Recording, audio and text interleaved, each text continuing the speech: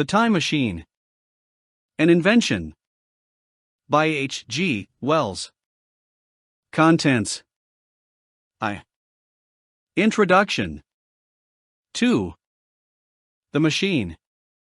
3. The Time Traveler Returns. 4. Time Traveling. V. In the Golden Age. 6. The Sunset of Mankind. 7. A Sudden Shock. 8. Explanation. 9. The Morlocks. X. When Night Came. 11. The Palace of Green Porcelain. 12. In the Darkness. 13. The Trap of the White Sphinx. 14. The Further Vision. 15. The Time Traveler's Return. 16. After the Story. Epilogue. I. Introduction.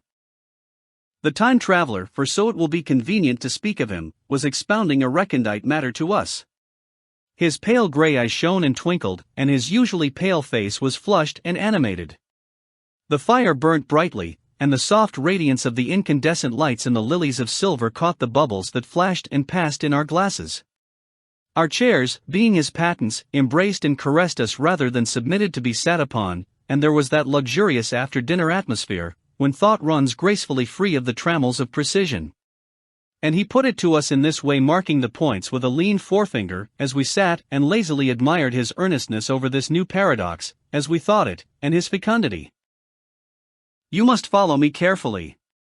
I shall have to controvert one or two ideas that are almost universally accepted. The geometry, for instance, they taught you at school is founded on a misconception. Is not that rather a large thing to expect us to begin upon, said Philby, an argumentative person with red hair.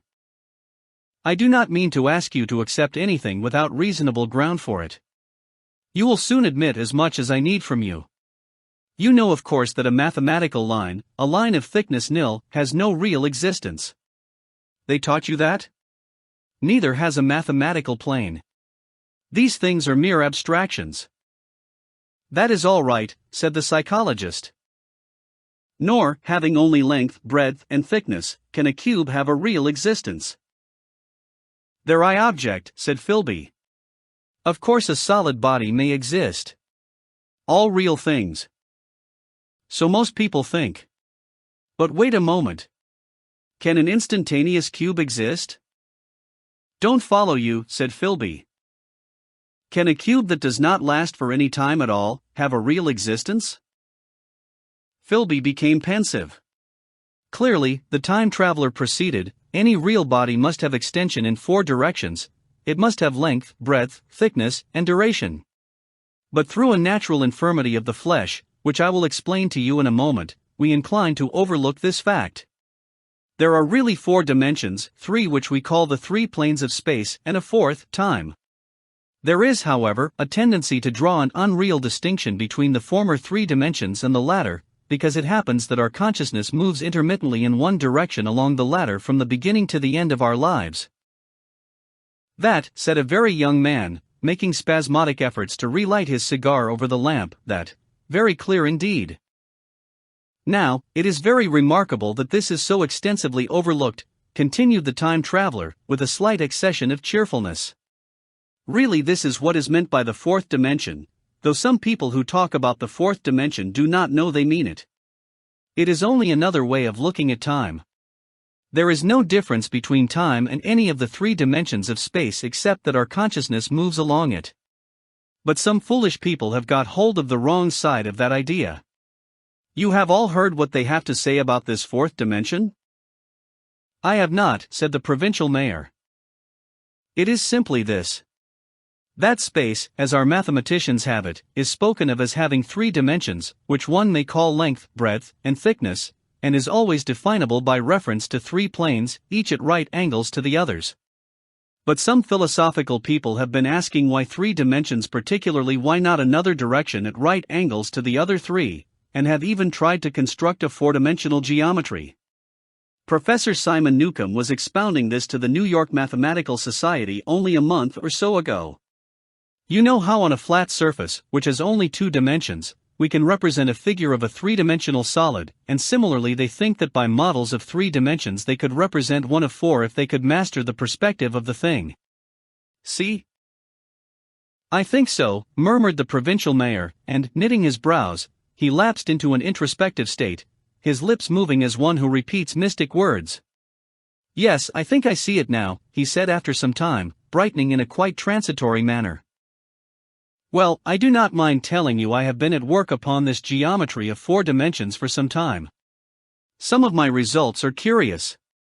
For instance, here is a portrait of a man at 8 years old, another at 15, another at 17, another at 23, and so on. All these are evidently sections, as it were, three-dimensional representations of his four-dimensioned being, which is a fixed and unalterable thing. Scientific people, proceeded the time traveler, after the pause required for the proper assimilation of this, know very well that time is only a kind of space. Here is a popular scientific diagram, a weather record. This line I trace with my finger shows the movement of the barometer. Yesterday it was so high, yesterday night it fell, then this morning it rose again, and so gently upward to here. Surely the mercury did not trace this line in any of the dimensions of space generally recognized? But certainly it traced such a line, and that line, therefore, we must conclude, was along the time dimension. But, said the medical man, staring hard at a coal in the fire, if time is really only a fourth dimension of space, why is it, and why has it always been, regarded as something different? And why cannot we move in time as we move about in the other dimensions of space? The time traveler smiled. Are you so sure we can move freely in space? Right and left we can go, backward and forward freely enough, and men always have done so. I admit we move freely in two dimensions. But how about up and down?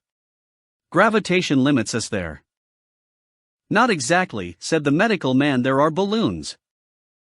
But before the balloons, save for spasmodic jumping, and the inequalities of the surface, man had no freedom of vertical movement. Still they could move a little up and down, said the medical man. Easier, far easier down than up. And you cannot move at all in time, you cannot get away from the present moment. My dear sir, that is just where you are wrong. That is just where the whole world has gone wrong. We are always getting away from the present moment. Our mental existences, which are immaterial, and have no dimensions, are passing along the time dimension with a uniform velocity from the cradle to the grave. Just as we should travel down if we began our existence 50 miles above the Earth's surface. But the great difficulty is this, interrupted the psychologist. You can move about in all directions of space, but you cannot move about in time. That is the germ of my great discovery. But you are wrong to say that we cannot move about in time.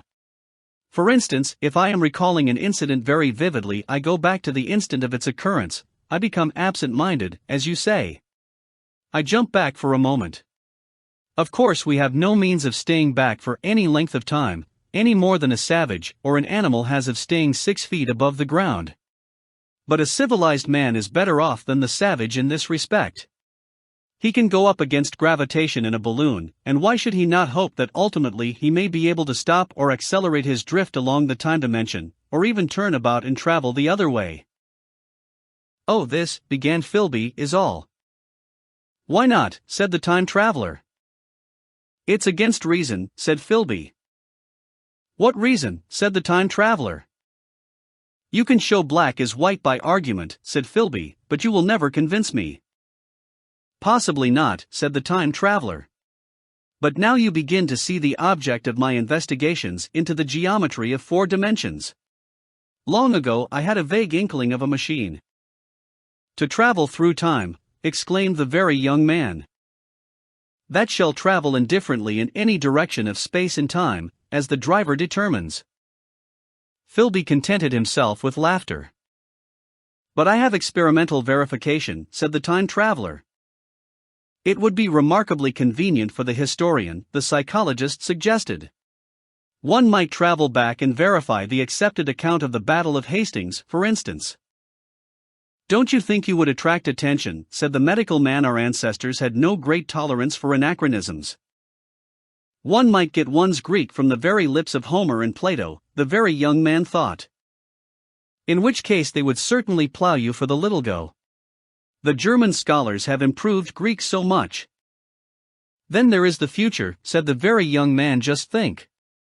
One might invest all one's money, leave it to accumulate at interest, and hurry on ahead. To discover a society, said I, erected on a strictly communistic basis. Of all the wild extravagant theories, began the psychologist. Yes, so it seemed to me, and so I never talked of it until. Experimental verification, cried I. You are going to verify that? The experiment, cried Philby, who was getting brain-weary. Let's see your experiment anyhow, said the psychologist, though it's all humbug, you know. The time traveler smiled round at us. Then, still smiling faintly, and with his hands deep in his trousers pockets, he walked slowly out of the room, and we heard his slippers shuffling down the long passage to his laboratory. The psychologist looked at us. I wonder what he's got. Some sleight of hand trick or other, said the medical man, and Philby tried to tell us about a conjurer he had seen at Buslam, but before he had finished his preface the time traveler came back, and Philby's anecdote collapsed. 2. The machine. The thing the time traveler held in his hand was a glittering metallic framework, scarcely larger than a small clock, and very delicately made. There was ivory in it, and some transparent crystalline substance. And now I must be explicit, for this that follows, unless his explanation is to be accepted, is an absolutely unaccountable thing. He took one of the small octagonal tables that were scattered about the room, and set it in front of the fire, with 2 legs on the hearthrug. On this table he placed the mechanism. Then he drew up a chair, and sat down.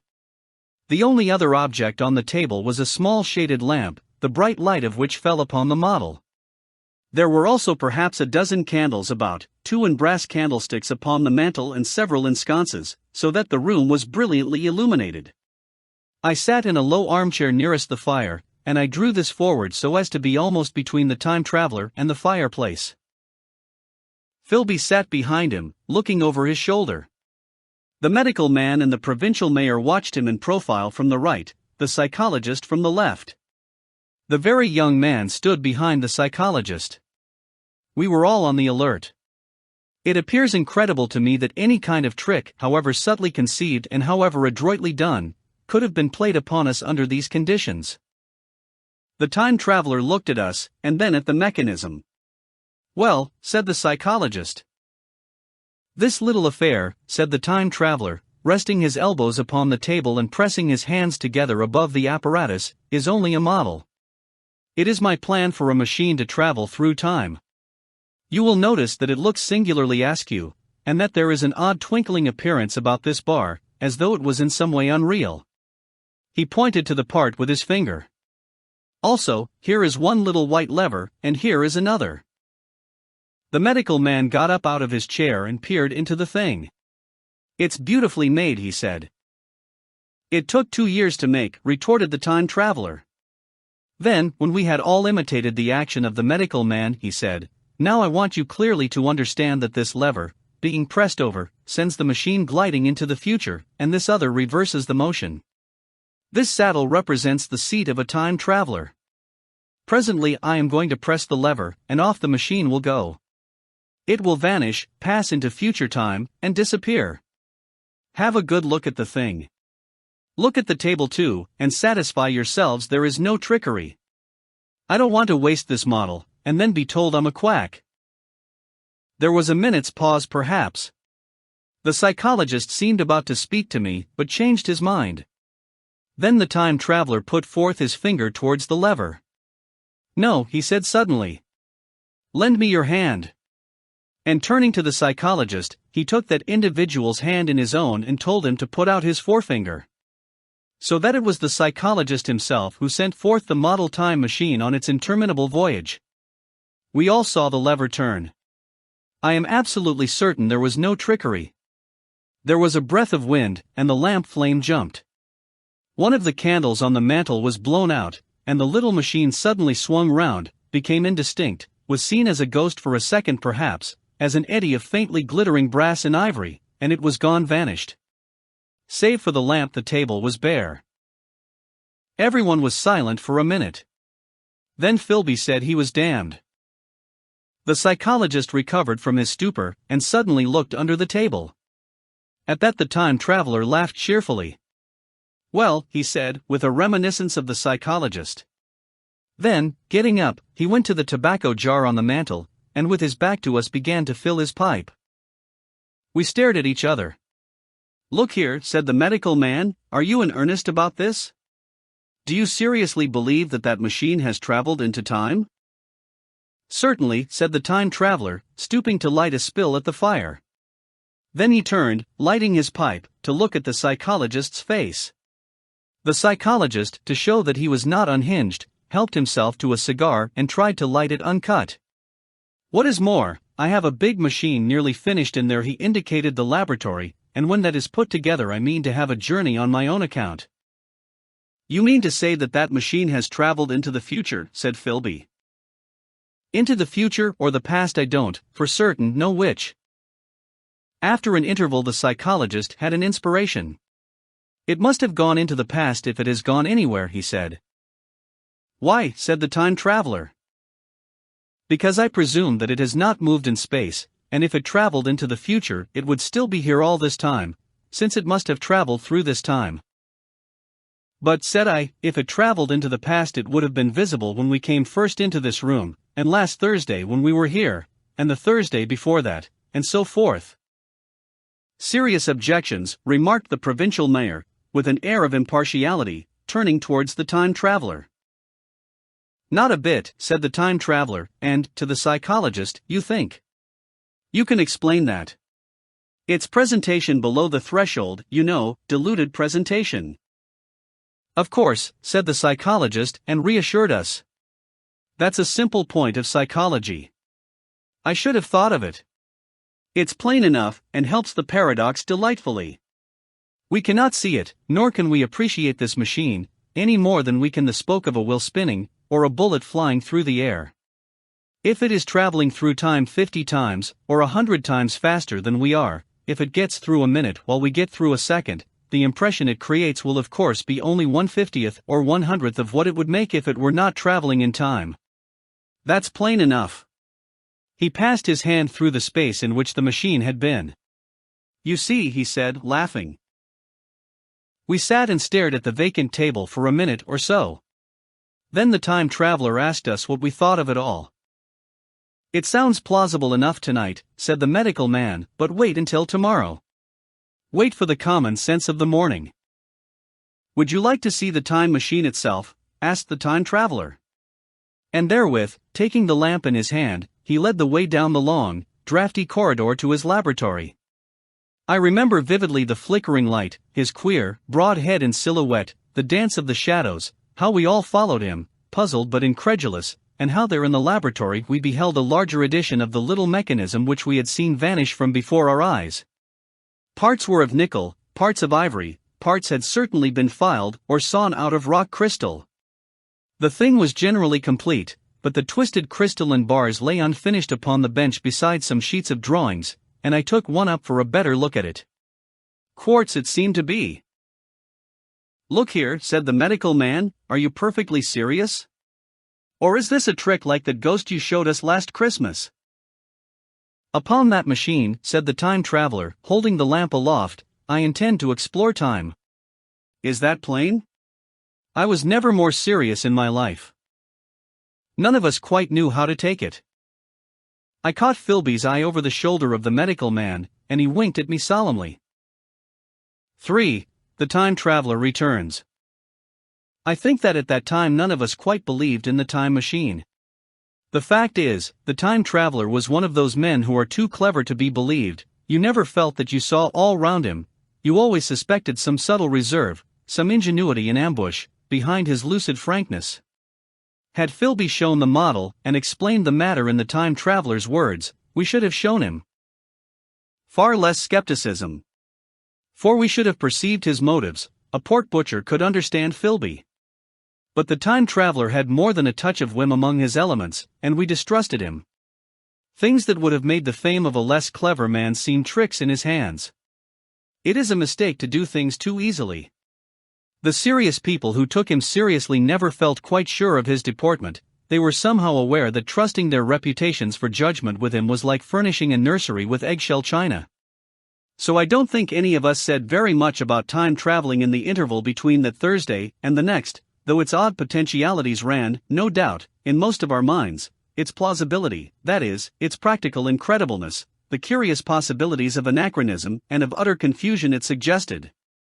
For my own part, I was particularly preoccupied with the trick of the model. That I remember discussing with the medical man, whom I met on Friday at the Linnean. He said he had seen a similar thing at Tübingen, and laid considerable stress on the blowing out of the candle. But how the trick was done he could not explain. The next Thursday I went again to Richmond. I suppose I was one of the time traveler's most constant guests and, arriving late, found 4 or 5 men already assembled in his drawing room. The medical man was standing before the fire with a sheet of paper in one hand and his watch in the other. I looked round for the time traveler, and it's 7:30 now, said the medical man. I suppose we'd better have dinner. Where's, said I, naming our host. You've just come? It's rather odd. He's unavoidably detained. He asks me in this note to lead off with dinner at 7 if he's not back. Says he'll explain when he comes. It seems a pity to let the dinner spoil, said the editor of a well-known daily paper, and thereupon the doctor rang the bell. The psychologist was the only person besides the doctor and myself who had attended the previous dinner. The other men were blank, the editor aforementioned, a certain journalist, and another a quiet, shy man with a beard whom I didn't know and who, as far as my observation went, never opened his mouth all the evening. There was some speculation at the dinner table about the time traveler's absence, and I suggested time traveling, in a half-jocular spirit. The editor wanted that explained to him, and the psychologist volunteered a wooden account of the ingenious paradox and trick we had witnessed that day week. He was in the midst of his exposition when the door from the corridor opened slowly and without noise. I was facing the door, and saw it first. "Hello," I said. "At last."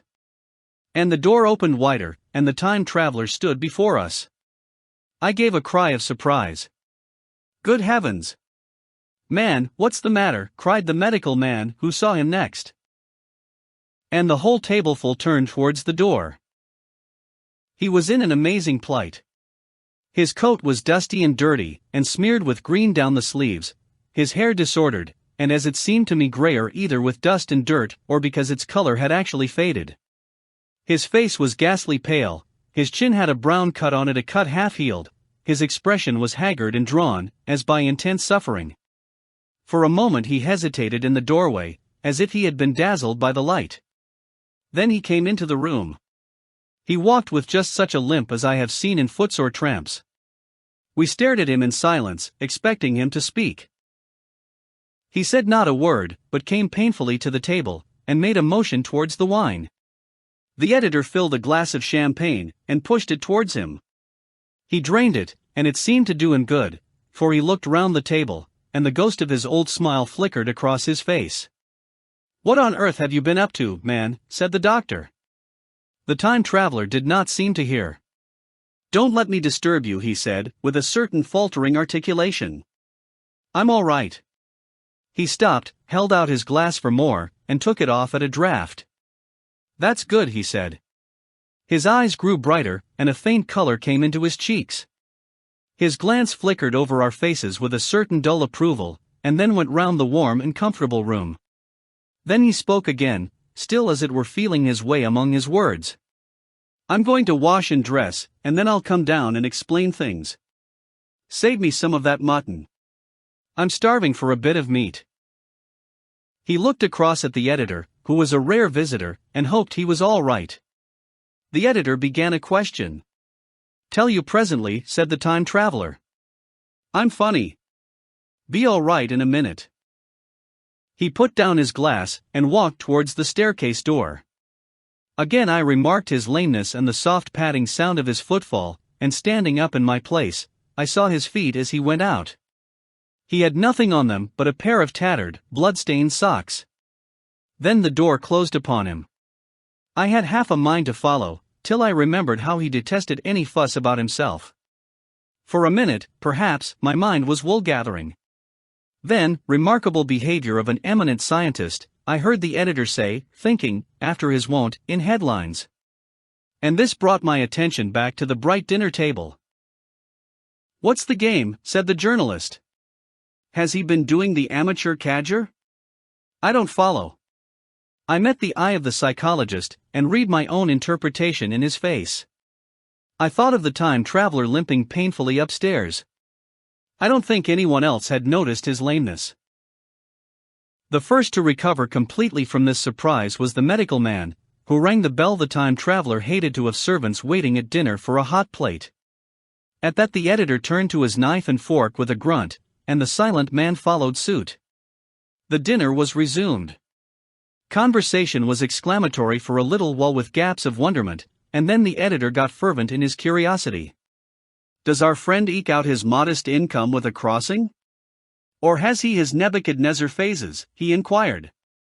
"I feel assured it's this business of the time machine," I said, and took up the psychologist's account of our previous meeting. The new guests were frankly incredulous.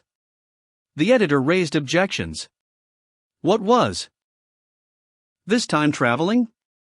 A man couldn't cover himself with dust by rolling in a paradox, could he? And then, as the idea came home to him, he resorted to caricature. Hadn't they any clothes brushes in the future? The journalist, too, would not believe at any price, and joined the editor in the easy work of heaping ridicule on the whole thing. They were both the new kind of journalist, very joyous, irreverent young men. Our special correspondent in the Day After Tomorrow reports, the journalist was saying, or rather shouting, when the time traveler came back. He was dressed in ordinary evening clothes, and nothing save his haggard look remained of the change that had startled me. "I say," said the editor hilariously, "these chaps here say you have been traveling into the middle of next week. Tell us all about little Rosebery, will you? What will you take for the lot?" The time traveler came to the place reserved for him without a word. He smiled quietly, in his old way. "Where's my mutton?" he said. "What a treat it is to stick a fork into meat again." "Story," cried the editor. "Story be damned," said the time traveler. "I want something to eat. I won't say a word until I get some peptone into my arteries." "Thanks. And the salt?" "One word," said I. "Have you been time traveling?" "Yes," said the time traveler, with his mouth full, nodding his head. "I'd give $1 a line for a verbatim note," said the editor. The time traveler pushed his glass towards the silent man and rang it with his fingernail, at which the silent man, who had been staring at his face, started convulsively, and poured him wine. The rest of the dinner was uncomfortable. For my own part, sudden questions kept on rising to my lips, and I dare say it was the same with the others. The journalist tried to relieve the tension by telling anecdotes of Hetty Potter. The time traveler devoted his attention to his dinner, and displayed the appetite of a tramp. The medical man smoked a cigarette, and watched the time traveler through his eyelashes. The silent man seemed even more clumsy than usual, and drank champagne with regularity and determination out of sheer nervousness. At last the time traveler pushed his plate away, and looked round us. "I suppose I must apologize," he said. "I was simply starving. I've had a most amazing time." He reached out his hand for a cigar, and cut the end. "But come into the smoking room. It's too long a story to tell over greasy plates." And ringing the bell in passing, he led the way into the adjoining room. "You have told blank and dash and chose about the machine," he said to me, leaning back in his easy chair and naming the 3 new guests. "But the thing's a mere paradox," said the editor. "I can't argue tonight. I don't mind telling you the story, but I can't argue. I will," he went on, "tell you the story of what has happened to me, if you like, but you must refrain from interruptions. I want to tell it. Badly. Most of it will sound like lying. So be it. It's true, every word of it, all the same. I was in my laboratory at 4 o'clock, and since then, I've lived 8 days, such days as no human being ever lived before. I'm nearly worn out, but I shan't sleep till I've told this thing over to you. Then I shall go to bed. But no interruptions. Is it agreed? Agreed, said the editor, and the rest of us echoed agreed. And with that the time traveler began his story as I have set it forth. He sat back in his chair at first, and spoke like a weary man. Afterwards he got more animated. In writing it down I feel with only too much keenness the inadequacy of pen and ink and, above all, my own inadequacy to express its quality. You read, I will suppose, attentively enough, but you cannot see the speaker's white, sincere face in the bright circle of the little lamp, nor hear the intonation of his voice. You cannot know how his expression followed the turns of his story. Most of us hearers were in shadow, for the candles in the smoking room had not been lighted, and only the face of the journalist and the legs of the silent man from the knees downward were illuminated. At first we glanced now and again at each other. After a time we ceased to do that, and looked only at the time traveler's face. 4. Time traveling. I told some of you last Thursday of the principles of the time machine, and showed you the actual thing itself, incomplete in the workshop. There it is now, a little travel-worn, truly, and one of the ivory bars is cracked, and a brass rail bent, but the rest of it's sound enough. I expected to finish it on Friday, but on Friday, when the putting together was nearly done, I found that one of the nickel bars was exactly 1 inch too short, and this I had to get remade, so that the thing was not complete until this morning. It was at 10 o'clock today that the first of all time machines began its career. I gave it a last tap, tried all the screws again, put one more drop of oil on the quartz rod, and sat myself in the saddle. I suppose a suicide who holds a pistol to his skull feels much the same wonder at what will come next as I felt then.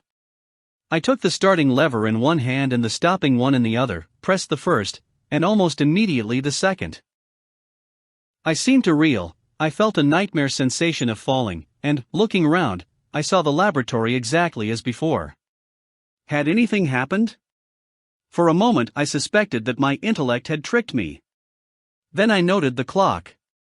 A moment before, as it seemed, it had stood at a minute or so past 10, now it was nearly 3:30. I drew a breath, set my teeth, gripped the starting lever with both hands, and went off with a thud. The laboratory got hazy and went dark. Mrs. Watchett came in and walked, apparently without seeing me, towards the garden door.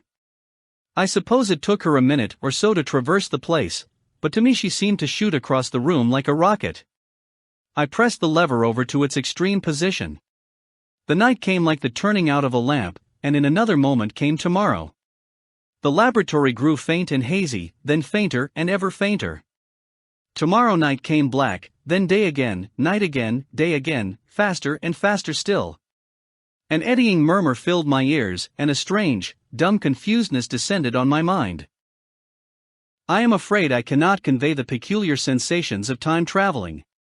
They are excessively unpleasant. There is a feeling exactly like that one has upon a switchback of a helpless headlong motion. I felt the same horrible anticipation, too, of an imminent smash. As I put on pace, night followed day like the flapping of a black wing. The dim suggestion of the laboratory seemed presently to fall away from me, and I saw the sun hopping swiftly across the sky, leaping at every minute and every minute marking a day. I supposed the laboratory had been destroyed and I had come into the open air. I had a dim impression of scaffolding, but I was already going too fast to be conscious of any moving things. The slowest snail that ever crawled dashed by too fast for me. The twinkling succession of darkness and light was excessively painful to the eye. Then, in the intermittent darknesses, I saw the moon spinning swiftly through her quarters from new to full, and had a faint glimpse of the circling stars. Presently, as I went on, still gaining velocity, the palpitation of night and day merged into one continuous grayness. The sky took on a wonderful deepness of blue, a splendid luminous color like that of early twilight.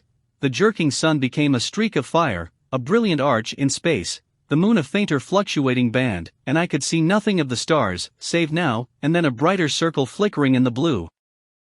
The landscape was misty and vague. I was still on the hillside upon which this house now stands, and the shoulder rose above me gray and dim. I saw trees growing and changing like puffs of vapor, now brown, now green. They grew, spread, shivered, and passed away. I saw huge buildings rise up faint and fair, and pass like dreams.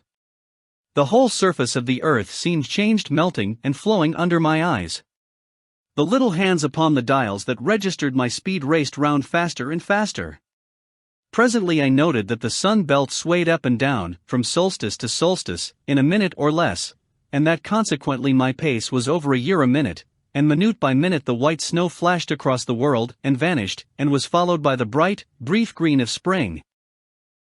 The unpleasant sensations of the start were less poignant now. They merged at last into a kind of hysterical exhilaration. I remarked, indeed, a clumsy swaying of the machine, for which I was unable to account. But my mind was too confused to attend to it, so with a kind of madness growing upon me, I flung myself into futurity. At first I scarce thought of stopping, scarce thought of anything but these new sensations. But presently a fresh series of impressions grew up in my mind, a certain curiosity, and therewith a certain dread, until at last they took complete possession of me. What strange developments of humanity, what wonderful advances upon our rudimentary civilization, I thought, might not appear when I came to look nearly into the dim elusive world that raced and fluctuated before my eyes. I saw great and splendid architecture rising about me, more massive than any buildings of our own time, and yet, as it seemed, built of glimmer and mist. I saw a richer green flow up the hillside, and remain there, without any wintry intermission. Even through the veil of my confusion the earth seemed very fair. And so my mind came round to the business of stopping. The peculiar risk lay in the possibility of my finding some substance in the space which I, or the machine, occupied. So long as I traveled at a high velocity through time, this scarcely mattered. I was, so to speak, attenuated, was slipping like a vapor through the interstices of intervening substances. But to come to a stop involved the jamming of myself, molecule by molecule, into whatever lay in my way, meant bringing my atoms into such intimate contact with those of the obstacle that a profound chemical reaction, possibly a far-reaching explosion, would result, and blow myself and my apparatus out of all possible dimensions into the unknown. This possibility had occurred to me again and again while I was making the machine, but then I had cheerfully accepted it as an unavoidable risk, one of the risks a man has got to take. Now the risk was inevitable. I no longer saw it in the same cheerful light. The fact is that, insensibly, the absolute strangeness of everything, the sickly jarring and swaying of the machine, above all, the feeling of prolonged falling, had absolutely upset my nerves. I told myself that I could never stop, and with a gust of petulance I resolved to stop forthwith. Like an impatient fool, I lugged over the lever, and incontinently the thing went reeling over, and I was flung headlong through the air. There was the sound of a clap of thunder in my ears. I may have been stunned for a moment. A pitiless hail was hissing round me, and I was sitting on soft turf in front of the overset machine. Everything still seemed grey, but presently I remarked that the confusion in my ears was gone. I looked round me. I was on what seemed to be a little lawn in a garden, surrounded by rhododendron bushes, and I noticed that their mauve and purple blossoms were dropping in a shower under the beating of the hailstones. The rebounding, dancing hail hung in a little cloud over the machine, and drove along the ground like smoke. In a moment I was wet to the skin. "Fine hospitality," said I, "to a man who has traveled innumerable years to see you." Presently I thought what a fool I was to get wet. I stood up and looked round me. A colossal figure, carved apparently in some white stone, loomed indistinctly beyond the rhododendrons through the hazy downpour. But all else of the world was invisible. My sensations would be hard to describe. As the columns of hail grew thinner, I saw the white figure more distinctly. It was very large, for a silver birch tree touched its shoulder. It was of white marble, in shape something like a winged sphinx, but the wings, instead of being carried vertically at the sides, were spread so that it seemed to hover. The pedestal, it appeared to me, was of bronze, and was thick with verdigris. It chanced that the face was towards me, the sightless eyes seemed to watch me, there was the faint shadow of a smile on the lips. It was greatly weather-worn, and that imparted an unpleasant suggestion of disease. I stood looking at it for a little space, half a minute, perhaps, or half an hour. It seemed to advance and to recede as the hail drove before it, denser or thinner. At last I tore my eyes from it for a moment, and saw that the hail curtain had worn threadbare, and that the sky was lightening with the promise of the sun. I looked up again at the crouching white shape, and the full temerity of my voyage came suddenly upon me. What might appear when that hazy curtain was altogether withdrawn? What might not have happened to men? What if cruelty had grown into a common passion? What if in this interval the race had lost its manliness, and had developed into something inhuman, unsympathetic, and overwhelmingly powerful? I might seem some old-world savage animal, only the more dreadful and disgusting for our common likeness, a foul creature to be incontinently slain. Already I saw other vast shapes, huge buildings with intricate parapets and tall columns, with a wooded hillside dimly creeping in upon me through the lessening storm. I was seized with a panic fear. I turned frantically to the time machine, and strove hard to readjust it. As I did so, the shafts of the sun smote through the thunderstorm. The gray downpour was swept aside and vanished like the trailing garments of a ghost. Above me, in the intense blue of the summer sky, some faint brown shreds of cloud whirled into nothingness. The great buildings about me stood out clear and distinct, shining with the wet of the thunderstorm, and picked out in white by the unmelted hailstones piled along their courses. I felt naked in a strange world. I felt as perhaps a bird may feel in the clear air, knowing the hawk wings above, and will swoop. My fear grew to frenzy. I took a breathing space, set my teeth, and again grappled fiercely, wrist and knee, with the machine. It gave under my desperate onset and turned over. It struck my chin violently. One hand on the saddle, the other on the lever, I stood panting heavily in attitude to mount again. But with this recovery of a prompt retreat my courage recovered. I looked more curiously and less fearfully at this world of the remote future. In a circular opening, high up in the wall of the nearer house, I saw a group of figures clad in rich soft robes. They had seen me, and their faces were directed towards me. Then I heard voices approaching me. Coming through the bushes by the white sphinx were the heads and shoulders of men running. One of these emerged in a pathway leading straight to the little lawn upon which I stood with my machine. He was a slight creature, perhaps 4 feet high, clad in a purple tunic, girdled at the waist with a leather belt. Sandals or buskins I could not clearly distinguish which were on his feet. His legs were bare to the knees, and his head was bare. Noticing that, I noticed for the first time how warm the air was. He struck me as being a very beautiful and graceful creature, but indescribably frail. His flushed face reminded me of the more beautiful kind of consumptive, that hectic beauty of which we used to hear so much. At the sight of him, I suddenly regained confidence.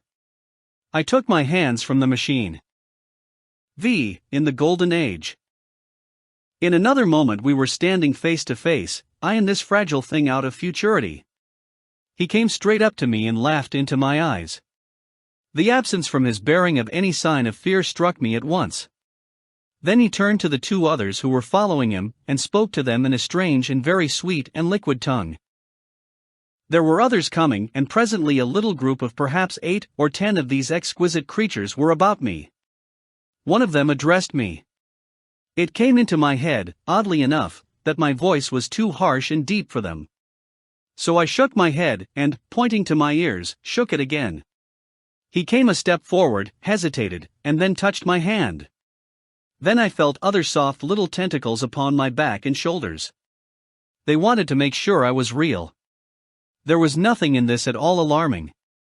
Indeed, there was something in these pretty little people that inspired confidence, a graceful gentleness, a certain childlike ease. And besides, they looked so frail that I could fancy myself flinging the whole dozen of them about like ninepins. But I made a sudden motion to warn them when I saw their little pink hands feeling at the time machine. Happily then, when it was not too late, I thought of a danger I had hitherto forgotten, and reaching over the bars of the machine I unscrewed the little levers that would set it in motion, and put these in my pocket. Then I turned again to see what I could do in the way of communication. And then, looking more nearly into their features, I saw some further peculiarities in their Dresden china type of prettiness. Their hair, which was uniformly curly, came to a sharp end at the neck and cheek. There was not the faintest suggestion of it on the face, and their ears were singularly minute. The mouths were small, with bright red, rather thin lips, and the little chins ran to a point. The eyes were large and mild, and this may seem egotism on my part. I fancied even that there was a certain lack of the interest I might have expected in them. As they made no effort to communicate with me, but simply stood round me smiling and speaking in soft cooing notes to each other, I began the conversation. I pointed to the time machine and to myself. Then, hesitating for a moment how to express time, I pointed to the sun. At once a quaintly pretty little figure in checkered purple and white followed my gesture, and then astonished me by imitating the sound of thunder. For a moment I was staggered, though the import of his gesture was plain enough. The question had come into my mind abruptly: were these creatures fools? You may hardly understand how it took me. You see, I had always anticipated that the people of the year 800 and 2000 odd would be incredibly in front of us in knowledge, art, everything. Then one of them suddenly asked me a question that showed him to be on the intellectual level of one of our 5-year-old children. Asked me, in fact, if I had come from the sun in a thunderstorm. It let loose the judgment I had suspended upon their clothes, their frail light limbs, and fragile features. A flow of disappointment rushed across my mind. For a moment I felt that I had built the time machine in vain.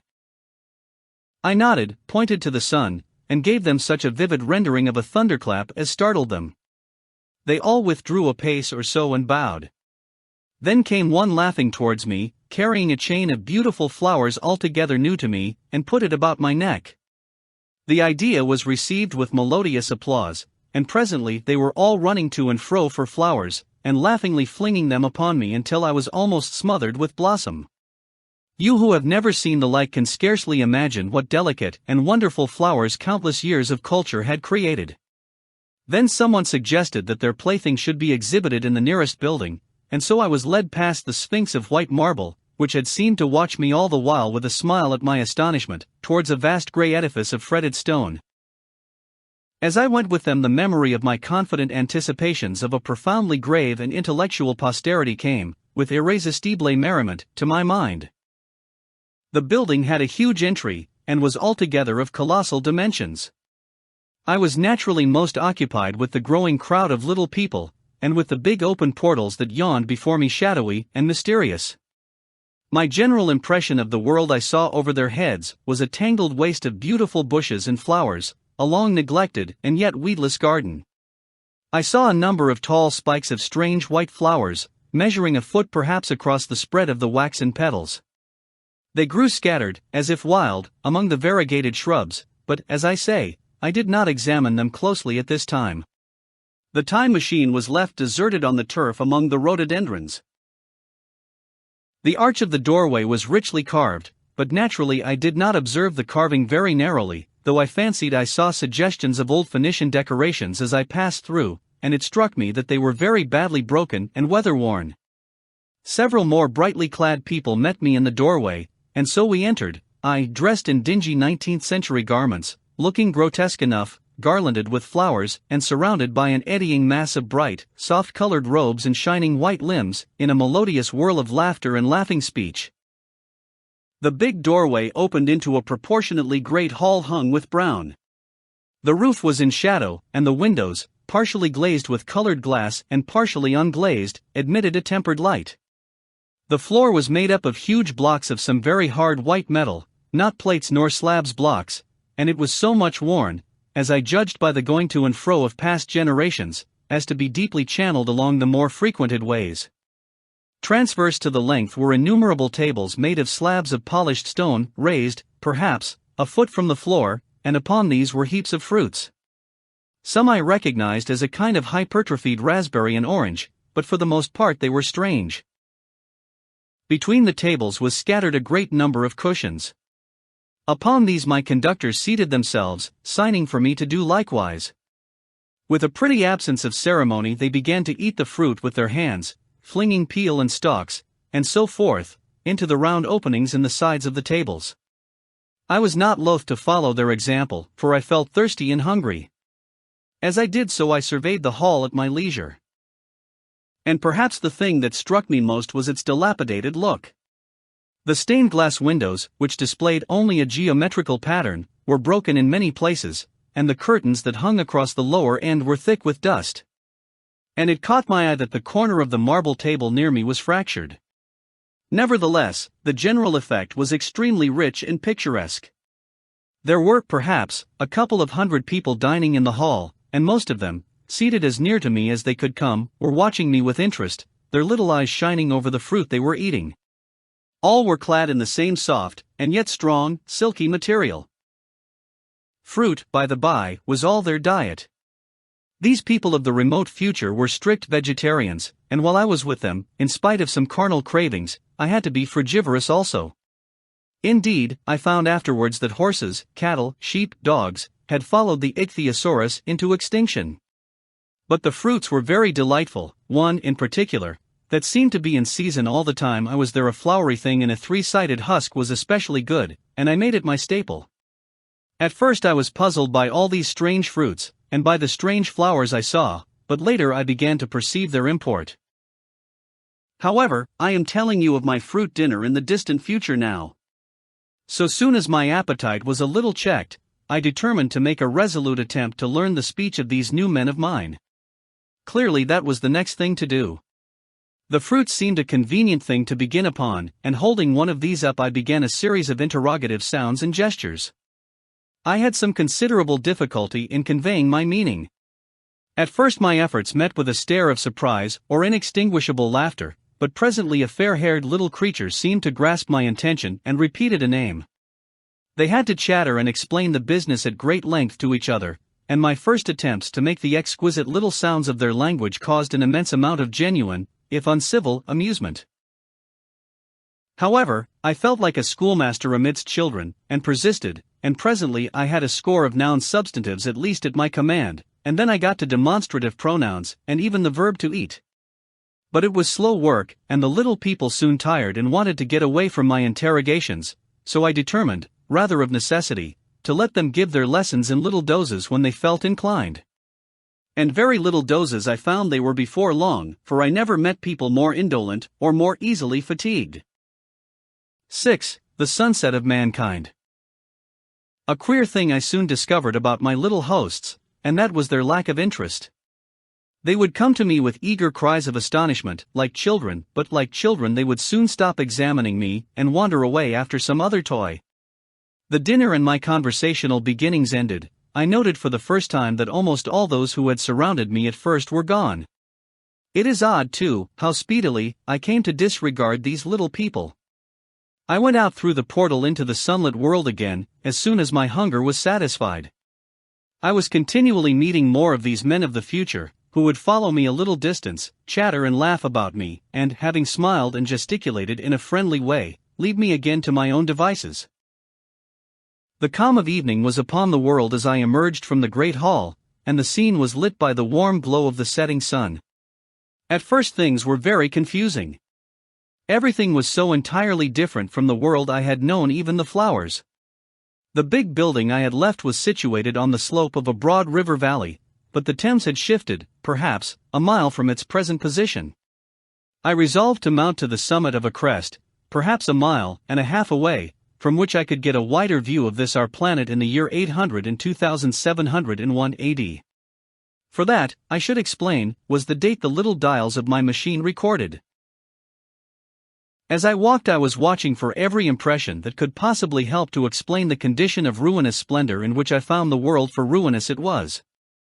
A little way up the hill, for instance, was a great heap of granite, bound together by masses of aluminium, a vast labyrinth of precipitous walls and crumpled heaps, amidst which were thick heaps of very beautiful pagoda-like plants, nettles possibly, but wonderfully tinted with brown about the leaves, and incapable of stinging. It was evidently the derelict remains of some vast structure, to what end built I could not determine. It was here that I was destined, at a later date, to have a very strange experience, the first intimation of a still stranger discovery, but of that I will speak in its proper place. Looking round, with a sudden thought, from a terrace on which I rested for a while, I realized that there were no small houses to be seen. Apparently the single house, and possibly even the household, had vanished. Here and there among the greenery were palace-like buildings, but the house and the cottage, which form such characteristic features of our own English landscape, had disappeared. Communism, said I to myself. And on the heels of that came another thought. I looked at the half-dozen little figures that were following me. Then, in a flash, I perceived that all had the same form of costume, the same soft hairless visage, and the same girlish rotundity of limb. It may seem strange, perhaps, that I had not noticed this before. But everything was so strange. Now, I saw the fact plainly enough.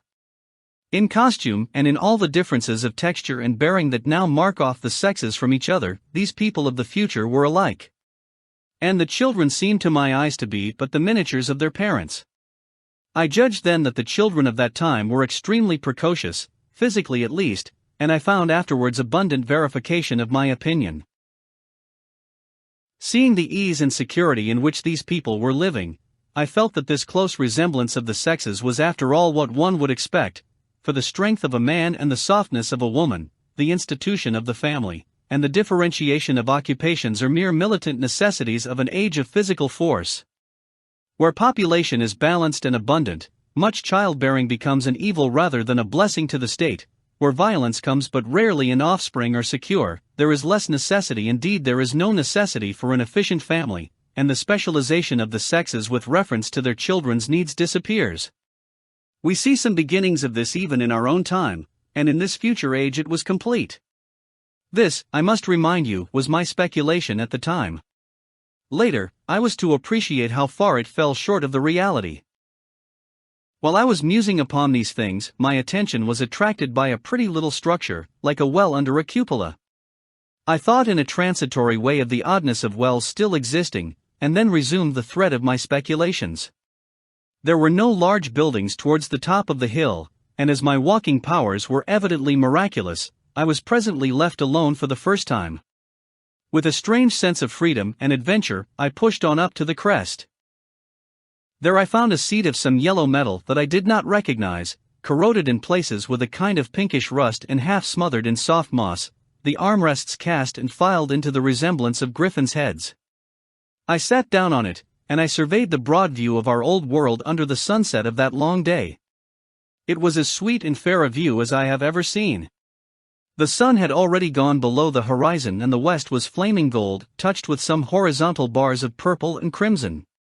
Below was the valley of the Thames, in which the river lay like a band of burnished steel. I have already spoken of the great palaces dotted about among the variegated greenery, some in ruins and some still occupied. Here and there rose a white or silvery figure in the waste garden of the earth, here and there came the sharp vertical line of some cupola or obelisk.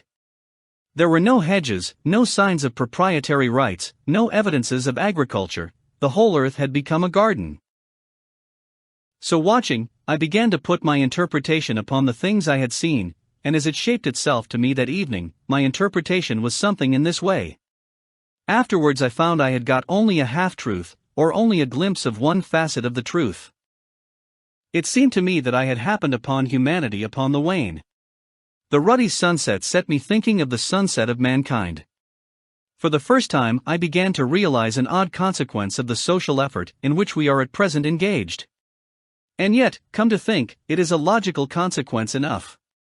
Strength is the outcome of need, security sets a premium on feebleness. The work of ameliorating the conditions of life, the true civilizing process that makes life more and more secure, had gone steadily on to a climax. One triumph of a united humanity over nature had followed another. Things that are now mere dreams had become projects deliberately put in hand and carried forward. And the harvest was what I saw. After all, the sanitation and the agriculture of today are still in the rudimentary stage. The science of our time has attacked but a little department of the field of human disease, but, even so, it spreads its operations very steadily and persistently. Our agriculture and horticulture destroy a weed just here and there and cultivate perhaps a score or so of wholesome plants, leaving the greater number to fight out a balance as they can. We improve our favorite plants and animals, and how few they are gradually by selective breeding, now a new and better peach, now a seedless grape, now a sweeter and larger flower, now a more convenient breed of cattle. We improve them gradually because our ideals are vague and tentative, and our knowledge is very limited, because nature too is shy and slow in our clumsy hands. Someday all this will be better organized, and still better. That is the drift of the current in spite of the eddies. The whole world will be intelligent, educated, and cooperating. Things will move faster and faster towards the subjugation of nature. In the end, wisely and carefully we shall readjust the balance of animal and vegetable life to suit our human needs. This adjustment, I say, must have been done, and done well, done indeed for all time, in the space of time across which my machine had leapt. The air was free from gnats, the earth from weeds or fungi, everywhere were fruits and sweet and delightful flowers, brilliant butterflies flew hither and thither. The ideal of preventive medicine was attained. Diseases had been stamped out. I saw no evidence of any contagious diseases during all my stay. And I shall have to tell you later that even the processes of putrefaction and decay had been profoundly affected by these changes. Social triumphs, too, had been effected. I saw mankind housed in splendid shelters, gloriously clothed, and as yet I had found them engaged in no toil. There were no signs of struggle, neither social nor economical struggle. The shop, the advertisement, traffic, all that commerce which constitutes the body of our world, was gone. It was natural on that golden evening that I should jump at the idea of a social paradise. The difficulty of increasing population had been met, I guessed, and population had ceased to increase. But with this change in condition comes inevitably adaptations to the change. What, unless biological science is a mass of errors, is the cause of human intelligence and vigor? Hardship and freedom, conditions under which the active, strong, and subtle survive, and the weaker go to the wall, conditions that put a premium upon the loyal alliance of capable men, upon self-restraint, patience, and decision. And the institution of the family, and the emotions that arise therein, the fierce jealousy, the tenderness for offspring, parental self-devotion, all found their justification and support in the imminent dangers of the young. Now, where are these imminent dangers? There is a sentiment arising, and it will grow, against connubial jealousy, against fierce maternity, against passion of all sorts, unnecessary things now, and things that make us uncomfortable, savage survivals, discords in a refined and pleasant life. I thought of the physical slightness of the people, their lack of intelligence, and those big abundant ruins, and it strengthened my belief in a perfect conquest of nature. For after the battle comes quiet. Humanity had been strong, energetic, and intelligent, and had used all its abundant vitality to alter the conditions under which it lived. And now came the reaction of the altered conditions. Under the new conditions of perfect comfort and security, that restless energy, that with us is strength, would become weakness. Even in our own time, certain tendencies and desires, once necessary to survival, are a constant source of failure. Physical courage and the love of battle, for instance, are no great help, may even be hindrances to a civilized man. And in a state of physical balance and security, power, intellectual, as well as physical, would be out of place. For countless years I judged there had been no danger of war or solitary violence, no danger from wild beasts, no wasting disease to require strength of constitution, no need of toil. For such a life, what we should call the weak are as well equipped as the strong, are indeed no longer weak. Better equipped indeed they are, for the strong would be fretted by an energy for which there was no outlet. No doubt the exquisite beauty of the buildings I saw was the outcome of the last surgings of the now purposeless energy of mankind before it settled down into perfect harmony with the conditions under which it lived, the flourish of that triumph which began the last great peace. This has ever been the fate of energy and security. It takes to art and to eroticism, and then come languor and decay. Even this artistic impetus would at last die away, had almost died in the time I saw. To adorn themselves with flowers, to dance, to sing in the sunlight, so much was left of the artistic spirit, and no more. Even that would fade in the end into a contented inactivity. We are kept keen on the grindstone of pain and necessity, and it seemed to me that here was that hateful grindstone broken at last. As I stood there in the gathering dark, I thought that in this simple explanation, I had mastered the problem of the world, mastered the whole secret of these delicious people. Possibly the checks they had devised for the increase of population had succeeded too well, and their numbers had rather diminished than kept stationary. That would account for the abandoned ruins. Very simple was my explanation, and plausible enough as most wrong theories are. 7. A sudden shock. As I stood there musing over this too perfect triumph of man, the full moon, yellow and gibbous, came up out of an overflow of silver light in the northeast. The bright little figures ceased to move about below, a noiseless owl flitted by, and I shivered with the chill of the night. I determined to descend and find where I could sleep. I looked for the building I knew.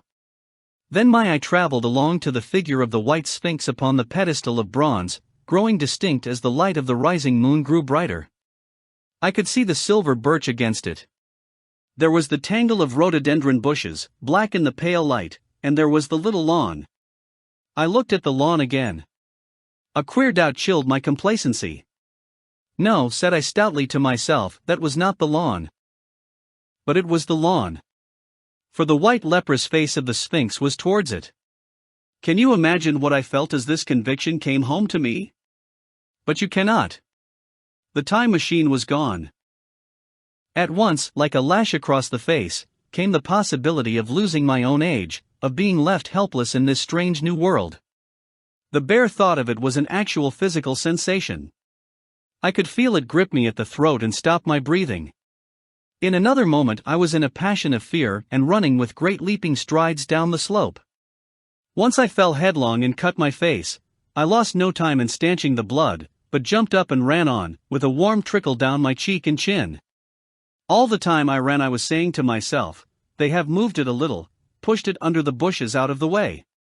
Nevertheless, I ran with all my might.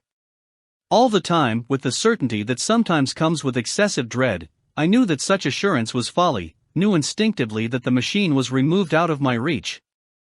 My breath came with pain. I suppose I covered the whole distance from the hill crest to the little lawn, 2 miles perhaps, in 10 minutes. And I am not a young man. I cursed aloud as I ran at my confident folly in leaving the machine, wasting good breath thereby. I cried aloud, and none answered. Not a creature seemed to be stirring in that moonlit world. When I reached the lawn my worst fears were realized. Not a trace of the thing was to be seen. I felt faint and cold when I faced the empty space among the black tangle of bushes. I ran round it furiously, as if the thing might be hidden in a corner, and then stopped abruptly, with my hands clutching my hair. Above me towered the Sphinx, upon the bronze pedestal, white, shining, leprous, in the light of the rising moon. It seemed to smile in mockery of my dismay. I might have consoled myself by imagining the little people had put the mechanism in some shelter for me, had I not felt assured of their physical and intellectual inadequacy. That is what dismayed me, the sense of some hitherto unsuspected power, through whose intervention my invention had vanished. Yet, for one thing I felt assured, unless some other age had produced its exact duplicate, the machine could not have moved in time. The attachment of the levers, I will show you the method later, prevented anyone from tampering with it in that way when they were removed. It had moved, and was hid, only in space. But then, where could it be? I think I must have had a kind of frenzy. I remember running violently in and out among the moonlit bushes all round the Sphinx, and startling some white animal that, in the dim light, I took for a small deer. I remember, too, late that night, beating the bushes with my clenched fist until my knuckles were gashed and bleeding from the broken twigs. Then, sobbing and raving in my anguish of mind, I went down to the great building of stone. The big hall was dark, silent, and deserted. I slipped on the uneven floor, and fell over one of the malachite tables, almost breaking my shin. I lit a match and went on past the dusty curtains, of which I have told you. There I found a second great hall covered with cushions, upon which, perhaps, a score or so of the little people were sleeping. I have no doubt they found my second appearance strange enough, coming suddenly out of the quiet darkness with inarticulate noises and the splutter and flare of a match. For they had forgotten about matches. Where is my time machine? I began, bawling like an angry child, laying hands upon them and shaking them up together. It must have been very queer to them. Some laughed, most of them looked sorely frightened. When I saw them standing round me, it came into my head that I was doing as foolish a thing as it was possible for me to do under the circumstances, in trying to revive the sensation of fear. For, reasoning from their daylight behavior, I thought that fear must be forgotten. Abruptly, I dashed down the match, and knocking one of the people over in my course, went blundering across the big dining hall again, out under the moonlight. I heard cries of terror and their little feet running and stumbling this way and that. I do not remember all I did as the moon crept up the sky. I suppose it was the unexpected nature of my loss that maddened me. I felt hopelessly cut off from my own kind of strange animal in an unknown world. I must have raved to and fro, screaming and crying upon God and fate. I have a memory of horrible fatigue, as the long night of despair wore away, of looking in this impossible place and that, of groping among moonlit ruins and touching strange creatures in the black shadows, at last, of lying on the ground near the Sphinx and weeping with absolute wretchedness, even anger at the folly of leaving the machine having leaked away with my strength. I had nothing left but misery. Then I slept, and when I woke again it was full day, and a couple of sparrows were hopping round me on the turf within reach of my arm. I sat up in the freshness of the morning, trying to remember how I had got there, and why I had such a profound sense of desertion and despair. Then things came clear in my mind. With the plain, reasonable daylight, I could look my circumstances fairly in the face. I saw the wild folly of my frenzy overnight, and I could reason with myself. Suppose the worst? I said. Suppose the machine altogether lost, perhaps destroyed? It behoves me to be calm and patient, to learn the way of the people, to get a clear idea of the method of my loss, and the means of getting materials and tools, so that in the end, perhaps, I may make another. That would be my only hope, a poor hope, perhaps, but better than despair.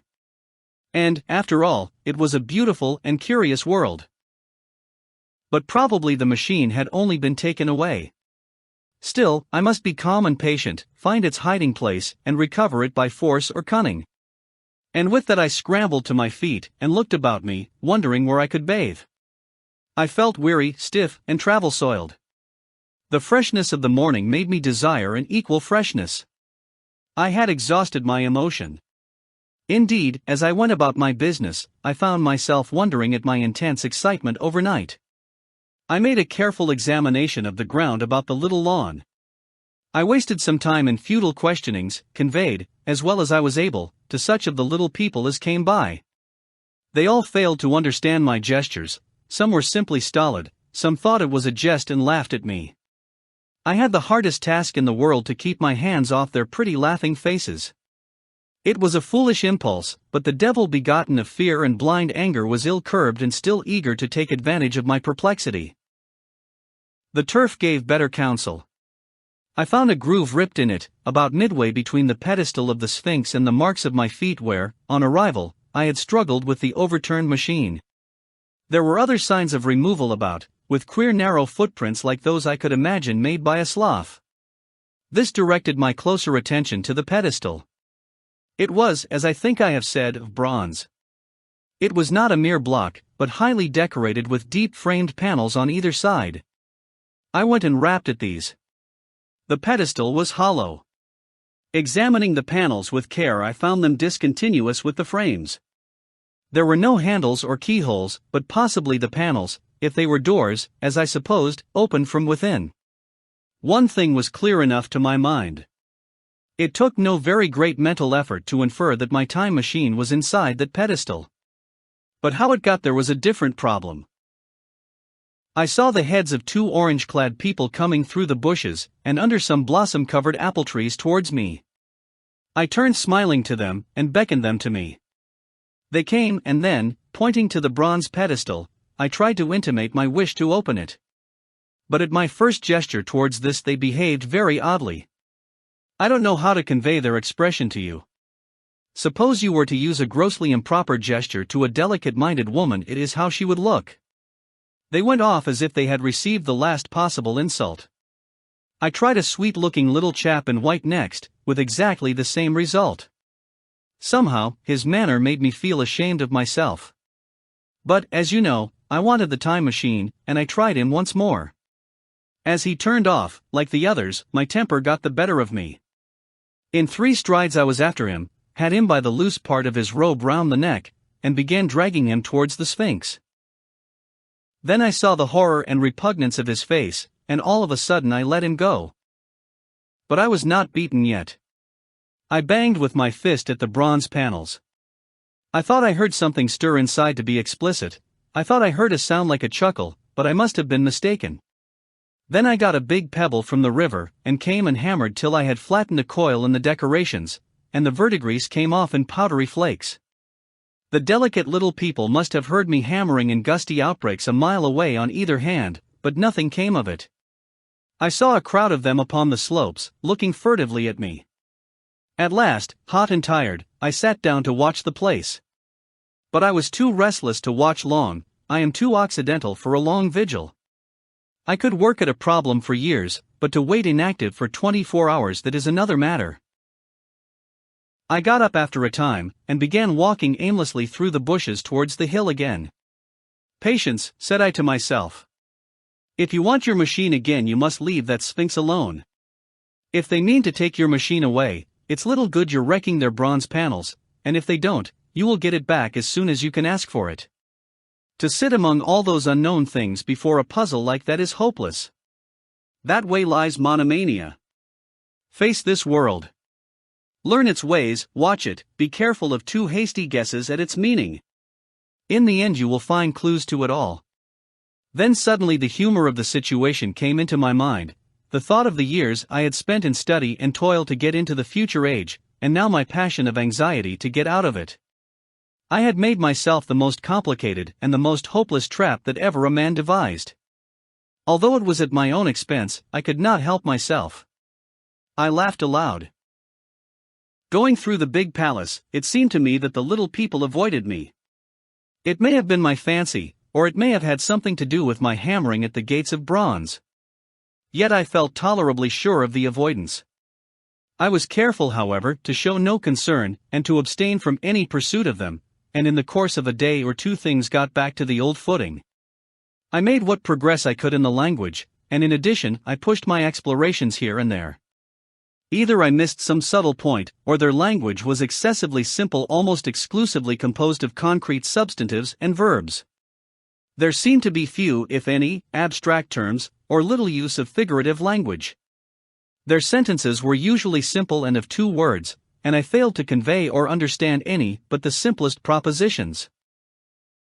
I determined to put the thought of my time machine and the mystery of the bronze doors under the Sphinx, as much as possible in a corner of memory, until my growing knowledge would lead me back to them in a natural way. Yet a certain feeling, you may understand, tethered me in a circle of a few miles round the point of my arrival. 8. Explanation. So far as I could see, all the world displayed the same exuberant richness as the Thames Valley. From every hill I climbed I saw the same abundance of splendid buildings, endlessly varied in material and style, the same clustering thickets of evergreens, the same blossom-laden trees and tree ferns. Here and there water shone like silver, and beyond, the land rose into blue undulating hills, and so faded into the serenity of the sky. A peculiar feature, which presently attracted my attention, was the presence of certain circular wells, several, as it seemed to me, of a very great depth. One lay by the path up the hill which I had followed during my first walk. Like the others, it was rimmed with bronze, curiously wrought, and protected by a little cupola from the rain. Sitting by the side of these wells, and peering down into the shafted darkness, I could see no gleam of water, nor could I start any reflection with a lighted match. But in all of them I heard a certain sound, a thud thud thud, like the beating of some big engine, and I discovered, from the flaring of my matches, that a steady current of air set down the shafts. Further, I threw a scrap of paper into the throat of one, and, instead of fluttering slowly down, it was at once sucked swiftly out of sight. After a time, too, I came to connect these wells with tall towers standing here and there upon the slopes, for above them there was often just such a flicker in the air as one sees on a hot day above a sun-scorched beach. Putting things together, I reached a strong suggestion of an extensive system of subterranean ventilation, whose true import it was difficult to imagine. I was at first inclined to associate it with the sanitary apparatus of these people. It was an obvious conclusion, but it was absolutely wrong.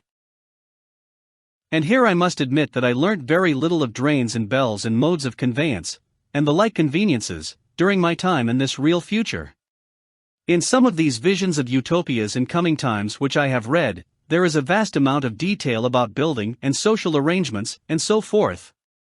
But while such details are easy enough to obtain when the whole world is contained in one's imagination, they are altogether inaccessible to a real traveler amid such realities as I found here. Conceive the tale of London which a Negro, fresh from Central Africa, would take back to his tribe. What would he know of railway companies, of social movements, of telephone and telegraph wires, of the parcels delivery company, and postal orders and the like? Yet we, at least, should be willing enough to explain these things to him. And even of what he knew, how much could he make his untravelled friend either apprehend or believe? Then, think how narrow the gap between a Negro and a white man of our own times, and how wide the interval between myself and these of the Golden Age. I was sensible of much which was unseen, and which contributed to my comfort, but save for a general impression of automatic organization, I fear I can convey very little of the difference to your mind. In the matter of sepulture, for instance, I could see no signs of crematoria nor anything suggestive of tombs. But it occurred to me that, possibly, there might be cemeteries, or crematoria, somewhere beyond the range of my explorings. This, again, was a question I deliberately put to myself, and my curiosity was at first entirely defeated upon the point. The thing puzzled me, and I was led to make a further remark, which puzzled me still more, that aged and infirm among this people there were none. I must confess that my satisfaction with my first theories of an automatic civilization and a decadent humanity did not long endure. Yet I could think of no other. Let me put my difficulties. The several big palaces I had explored were mere living places, great dining halls and sleeping apartments. I could find no machinery, no appliances of any kind. Yet these people were clothed in pleasant fabrics that must at times need renewal, and their sandals, though undecorated, were fairly complex specimens of metalwork. Somehow such things must be made. And the little people displayed no vestige of a creative tendency. There were no shops, no workshops, no sign of importations among them. They spent all their time in playing gently, in bathing in the river, in making love in a half-playful fashion, in eating fruit and sleeping. I could not see how things were kept going. Then, again, about the time machine, something, I knew not what, had taken it into the hollow pedestal of the White Sphinx. Why? For the life of me I could not imagine. Those waterless wells, too, those flickering pillars. I felt I lacked a clue. I felt, how shall I put it? Suppose you found an inscription, with sentences here and there in excellent plain English, and interpolated therewith, others made up of words, of letters even, absolutely unknown to you. Well, on the third day of my visit, that was how the world of 802,701 presented itself to me. That day, too, I made a friend of a sort. It happened that, as I was watching some of the little people bathing in a shallow, one of them was seized with cramp and began drifting downstream. The main current ran rather swiftly, but not too strongly for even a moderate swimmer. It will give you an idea, therefore, of the strange deficiency in these creatures, when I tell you that none made the slightest attempt to rescue the weakly crying little thing which was drowning before their eyes.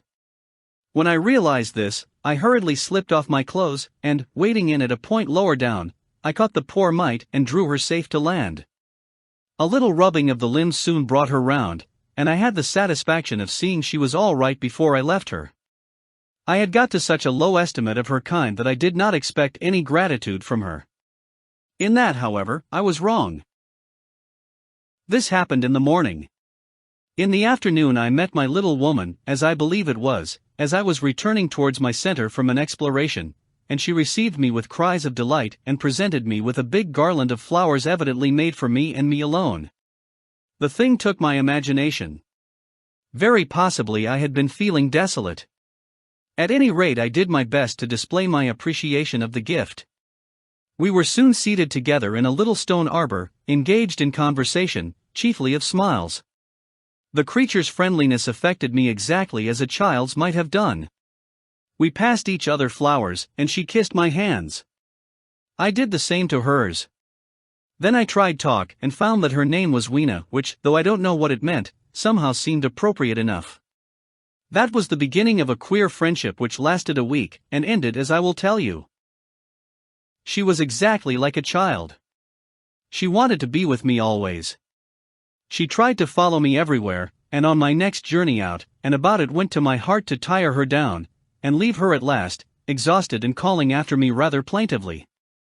But the problems of the world had to be mastered. I had not, I said to myself, come into the future to carry on a miniature flirtation. Yet her distress when I left her was very great, her expostulations at the parting were sometimes frantic, and I think, altogether, I had as much trouble as comfort from her devotion. Nevertheless she was, somehow, a very great comfort. I thought it was mere childish affection that made her cling to me. Until it was too late, I did not clearly know what I had inflicted upon her when I left her. Nor until it was too late did I clearly understand what she was to me. For, by merely seeming fond of me, and showing in her weak, futile way that she cared for me, the little doll of a creature presently gave my return to the neighborhood of the White Sphinx almost the feeling of coming home, and I would watch for her tiny figure of white and gold so soon as I came over the hill. It was from her, too, that I learnt that fear had not yet left the world. She was fearless enough in the daylight, and she had the oddest confidence in me, for once, in a foolish moment, I made threatening grimaces at her, and she simply laughed at them. But she dreaded the dark, dreaded shadows, dreaded black things. Darkness to her was the one thing dreadful. It was a singularly passionate emotion, and it set me thinking and observing. I discovered then, among other things, that these little people gathered into the great houses after dark and slept in droves. To enter upon them without a light was to put them into a tumult of apprehension. I never found one out of doors or one sleeping alone within doors after dark. Yet I was still such a blockhead that I missed the lesson of that fear, and in spite of Weena's distress, I insisted upon sleeping away from these slumbering multitudes. It troubled her greatly, but in the end her odd affection for me triumphed, and for 5 of the nights of our acquaintance, including the last night of all, she slept with her head pillowed on my arm. But my story slips away from me as I speak of her. It must have been the night before her rescue that I was awakened about dawn. I had been restless, dreaming most disagreeably that I was drowned, and that sea anemones were feeling over my face with their soft palps. I woke with a start, and with an odd fancy that some greyish animal had just rushed out of the chamber. I tried to get to sleep again, but I felt restless and uncomfortable. It was that dim grey hour when things are just creeping out of darkness, when everything is colourless and clear-cut, and yet unreal. I got up, and went down into the great hall, and so out upon the flagstones in front of the palace. I thought I would make a virtue of necessity, and see the sunrise. The moon was setting, and the dying moonlight and the first pallor of dawn were mingled in a ghastly half-light. The bushes were inky black, the ground a somber grey, the sky colourless and cheerless. And up the hill I thought I could see ghosts. Several times, as I scanned the slope, I saw white figures. Twice I fancied I saw a solitary white, ape-like creature running rather quickly up the hill, and once near the ruins I saw a leash of them carrying some dark body. They moved hastily. I did not see what became of them. It seemed that they vanished among the bushes. The dawn was still indistinct, you must understand. I was feeling that chill, uncertain, early morning feeling you may have known. I doubted my eyes. As the eastern sky grew brighter, and the light of the day came on, and its vivid coloring returned upon the world once more, I scanned the view keenly. But I saw no vestige of my white figures. They were mere creatures of the half-light. They must have been ghosts, I said. I wonder whence they dated. For a queer notion of Grant Allen's came into my head and amused me. If each generation die and leave ghosts, he argued, the world at last will get overcrowded with them. On that theory they would have grown innumerable some 800,000 years hence, and it was no great wonder to see 4 at once. But the jest was unsatisfying, and I was thinking of these figures all the morning, until Weena's rescue drove them out of my head. I associated them in some indefinite way with the white animal I had startled in my first passionate search for the time machine. But Weena was a pleasant substitute. Yet all the same, they were soon destined to take far deadlier possession of my mind. I think I have said how much hotter than our own was the weather of this golden age. I cannot account for it. It may be that the sun was hotter, or the earth nearer the sun. It is usual to assume that the sun will go on cooling steadily in the future. But people unfamiliar with such speculations as those of the younger Darwin forget that the planets must ultimately fall back one by one into the parent body. As these catastrophes occur, the sun will blaze with renewed energy, and it may be that some inner planet had suffered this fate. Whatever the reason, the fact remains that the sun was very much hotter than we know it. Well, one very hot morning, my fourth, I think, as I was seeking shelter from the heat and glare in a colossal ruin near the great house where I slept and fed, there happened this strange thing. Clambering among these heaps of masonry, I found a narrow gallery, whose end and side windows were blocked by fallen masses of stone. By contrast with the brilliancy outside, it seemed at first impenetrably dark to me. I entered it groping, for the change from light to blackness made spots of color swim before me. Suddenly, I halted spellbound. A pair of eyes, luminous by reflection against the daylight without, was watching me out of the darkness. The old instinctive dread of wild beasts came upon me. I clenched my hands and steadfastly looked into the glaring eyeballs. I was afraid to turn. Then the thought of the absolute security in which humanity appeared to be living came to my mind. And then I remembered that strange terror of the dark. Overcoming my fear to some extent, I advanced a step and spoke. I will admit that my voice was harsh and ill-controlled. I put out my hand and touched something soft. At once the eyes darted sideways, and something white ran past me. I turned with my heart in my mouth, and saw a queer little ape-like figure, its head held down in a peculiar manner, running across the sunlit space behind me. It blundered against a block of granite, staggered aside, and in a moment was hidden in a black shadow beneath another pile of ruined masonry. My impression of it is, of course, imperfect, but I know it was a dull white, and had strange large grayish-red eyes, also that there was flaxen hair on its head and down its back. But as I say, it went too fast for me to see distinctly. I cannot even say whether it ran on all fours, or only with its forearms held very low. After an instant's pause I followed it into the second heap of ruins. I could not find it at first, but after a time in the profound obscurity, I came upon one of those round well-like openings of which I have told you, half closed by a fallen pillar. A sudden thought came to me. Could this thing have vanished down the shaft? I lit a match and, looking down, I saw a small, white, moving creature, with large bright eyes which regarded me steadfastly as it retreated. It made me shudder. It was so like a human spider. It was clambering down the wall, and now I saw for the first time a number of metal foot and hand rests forming a kind of ladder down the shaft. Then the light burned my fingers and fell out of my hand, going out as it dropped, and when I had lit another the little monster had disappeared. I do not know how long I sat peering down that well.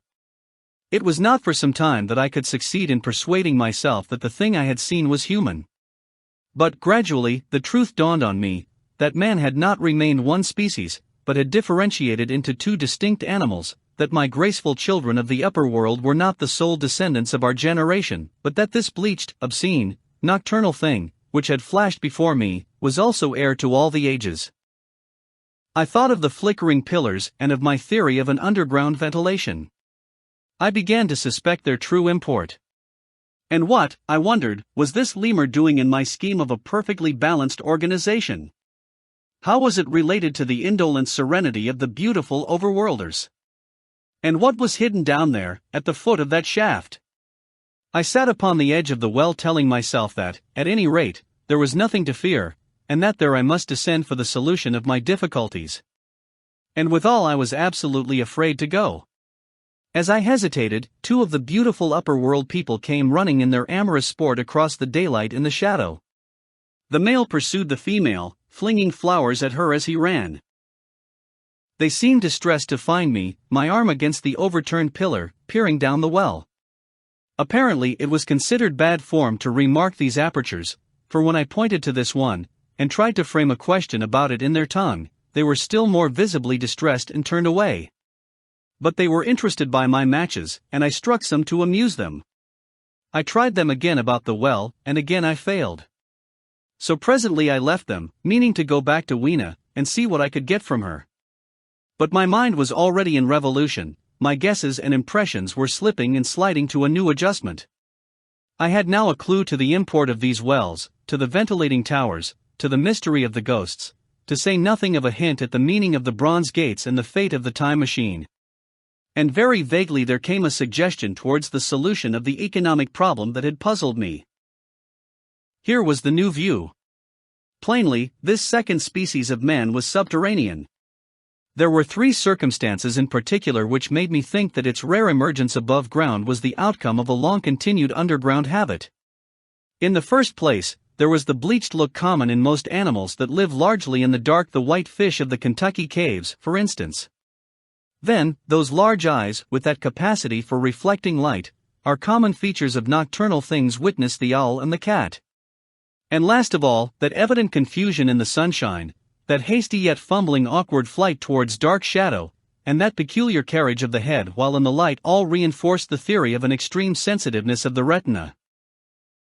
Beneath my feet, then, the earth must be tunneled enormously, and these tunnelings were the habitat of the new race. The presence of ventilating shafts and wells along the hill slopes everywhere, in fact, except along the river valley, showed how universal were its ramifications. What so natural, then, as to assume that it was in this artificial underworld that such work as was necessary to the comfort of the daylight race was done? The notion was so plausible that I at once accepted it, and went on to assume the how of this splitting of the human species. I dare say you will anticipate the shape of my theory, though, for myself, I very soon felt that it fell far short of the truth. At first, proceeding from the problems of our own age, it seemed clear as daylight to me that the gradual widening of the present merely temporary and social difference between the capitalist and the laborer was the key to the whole position. No doubt it will seem grotesque enough to you and wildly incredible, and yet even now there are existing circumstances to point that way. There is a tendency to utilize underground space for the less ornamental purposes of civilization. There is the Metropolitan Railway in London, for instance, there are new electric railways, there are subways, there are underground workrooms and restaurants, and they increase and multiply. Evidently, I thought, this tendency had increased till industry had gradually lost its birthright in the sky. I mean that it had gone deeper and deeper into larger and ever larger underground factories, spending a still increasing amount of its time therein, till, in the end. Even now, does not an East End worker live in such artificial conditions as practically to be cut off from the natural surface of the earth?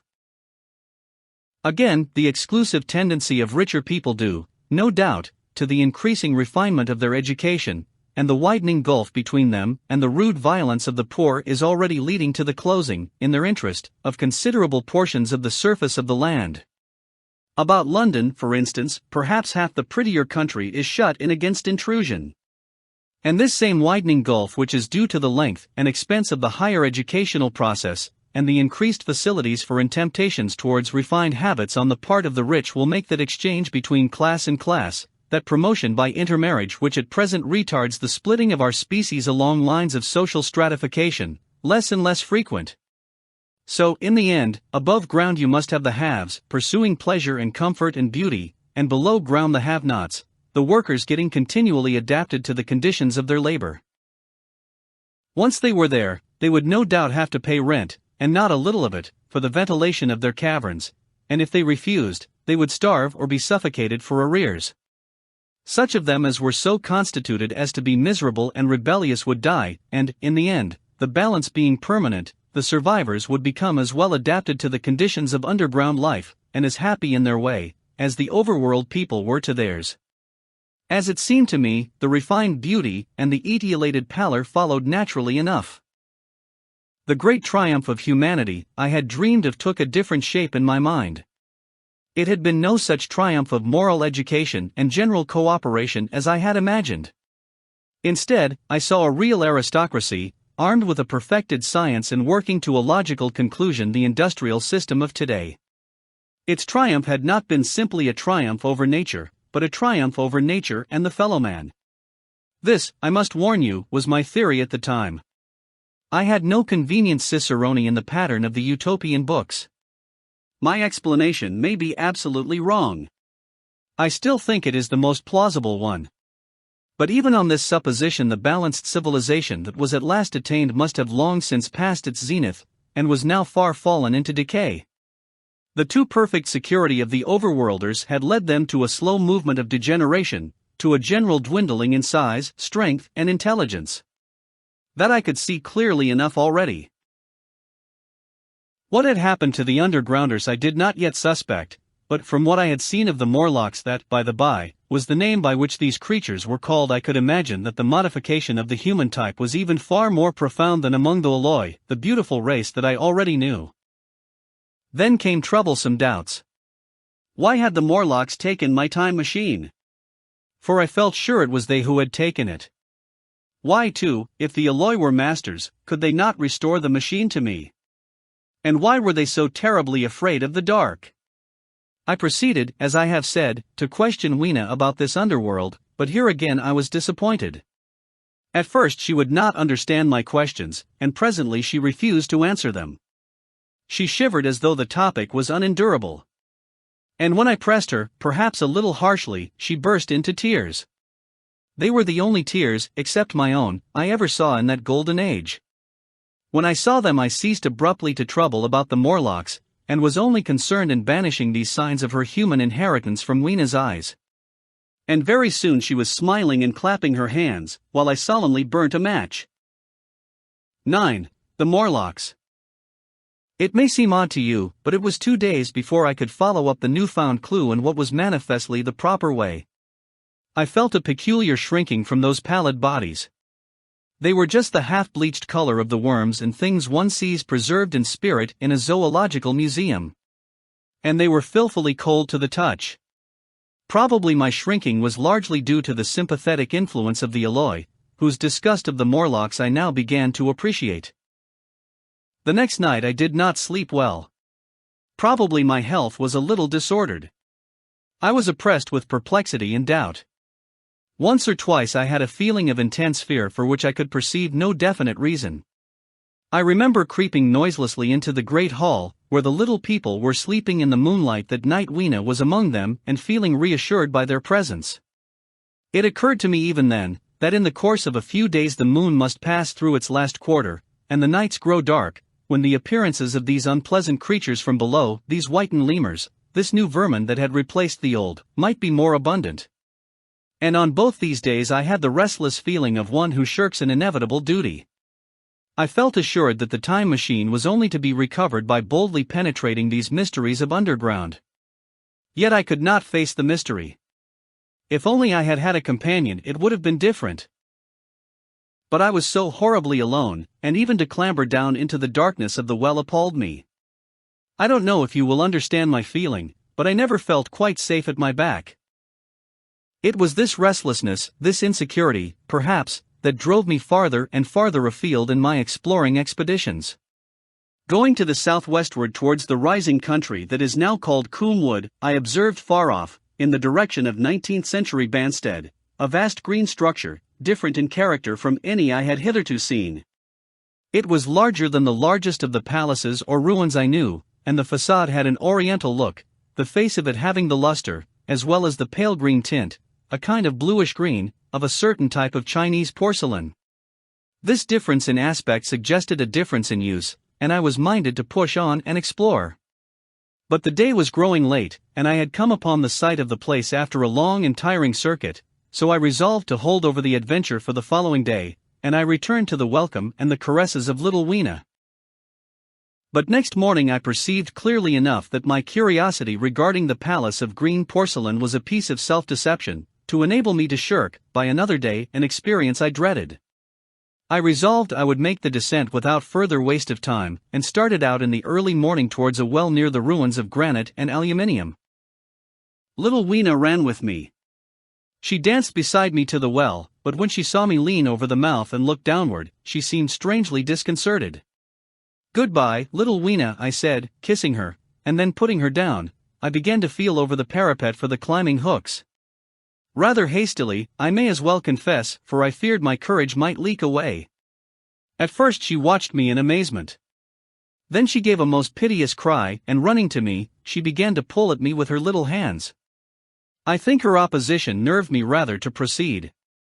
I shook her off, perhaps a little roughly, and in another moment I was in the throat of the well. I saw her agonized face over the parapet, and smiled to reassure her. Then I had to look down at the unstable hooks to which I clung.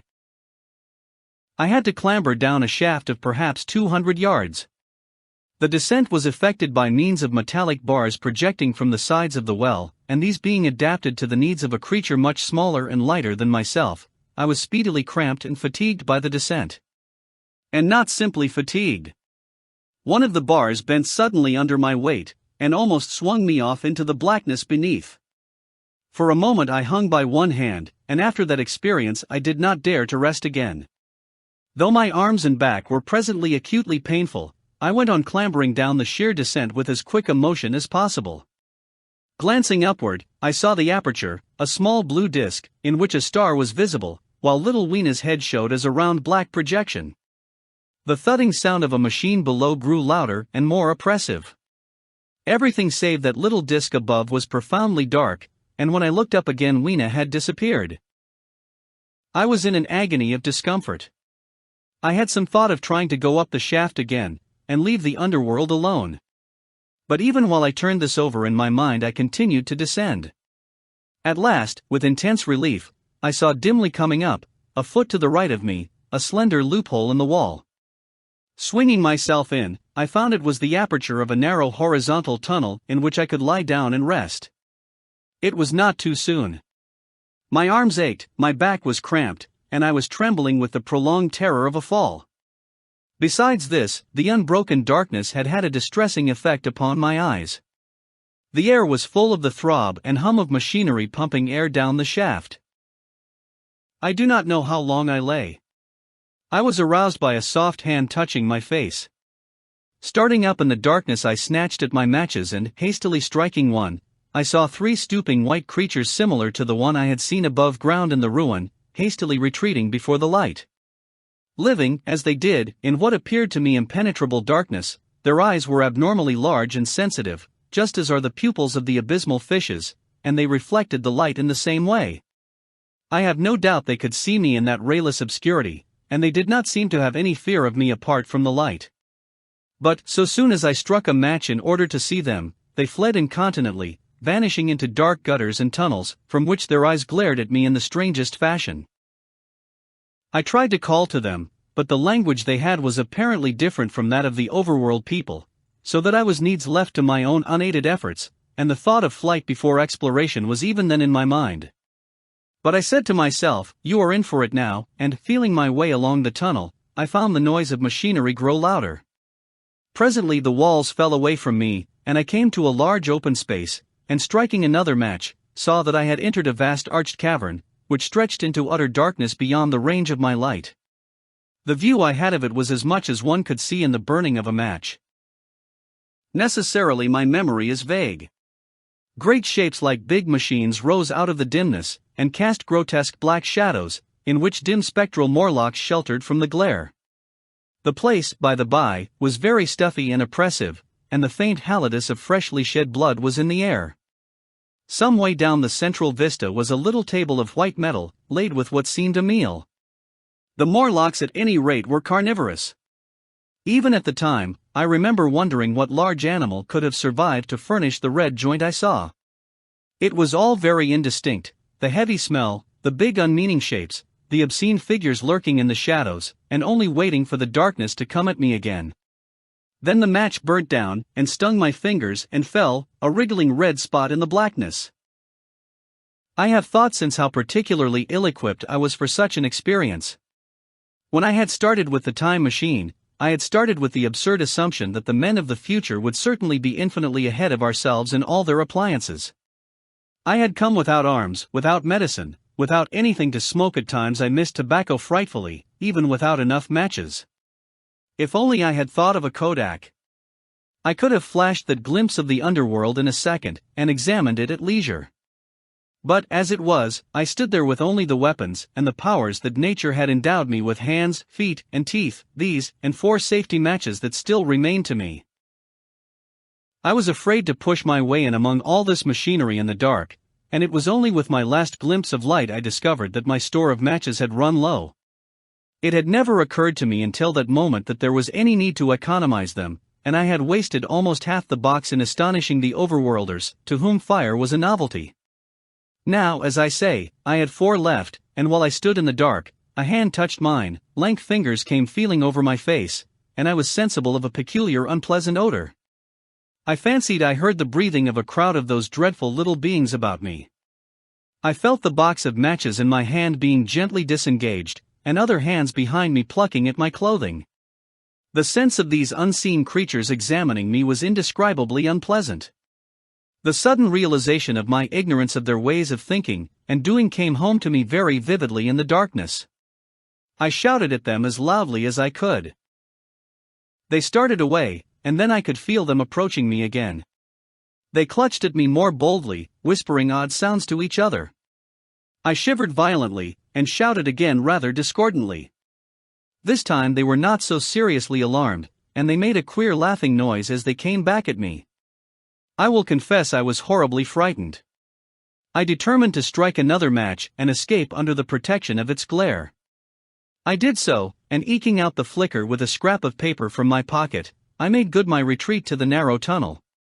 But I had scarce entered this when my light was blown out, and in the blackness I could hear the Morlocks rustling like wind among leaves, and pattering like the rain, as they hurried after me. In a moment I was clutched by several hands, and there was no mistaking that they were trying to haul me back. I struck another light, and waved it in their dazzled faces. You can scarce imagine how nauseatingly inhuman they looked, those pale, chinless faces and great, lidless, pinkish-gray eyes, as they stared in their blindness and bewilderment. But I did not stay to look, I promise you. I retreated again, and when my second match had ended, I struck my third. It had almost burnt through when I reached the opening into the shaft. I lay down on the edge, for the throb of the great pump below made me giddy. Then I felt sideways for the projecting hooks, and, as I did so, my feet were grasped from behind, and I was violently tugged backward. I lit my last match, and it incontinently went out. But I had my hand on the climbing bars now, and, kicking violently, I disengaged myself from the clutches of the Morlocks, and was speedily clambering up the shaft, while they stayed peering and blinking up at me, all but one little wretch who followed me for some way, and well-nigh secured my boot as a trophy. That climb seemed interminable to me. With the last 20 or 30 feet of it a deadly nausea came upon me. I had the greatest difficulty in keeping my hold. The last few yards was a frightful struggle against this faintness. Several times my head swam, and I felt all the sensations of falling. At last, however, I got over the well-mouth somehow, and staggered out of the ruin into the blinding sunlight. I fell upon my face. Even the soil smelt sweet and clean. Then I remember Weena kissing my hands and ears, and the voices of others among the Eloi. Then, for a time, I was insensible. When night came. Now, indeed, I seemed in a worse case than before. Hitherto, except during my night's anguish at the loss of the time machine, I had felt a sustaining hope of ultimate escape, but that hope was staggered by these new discoveries.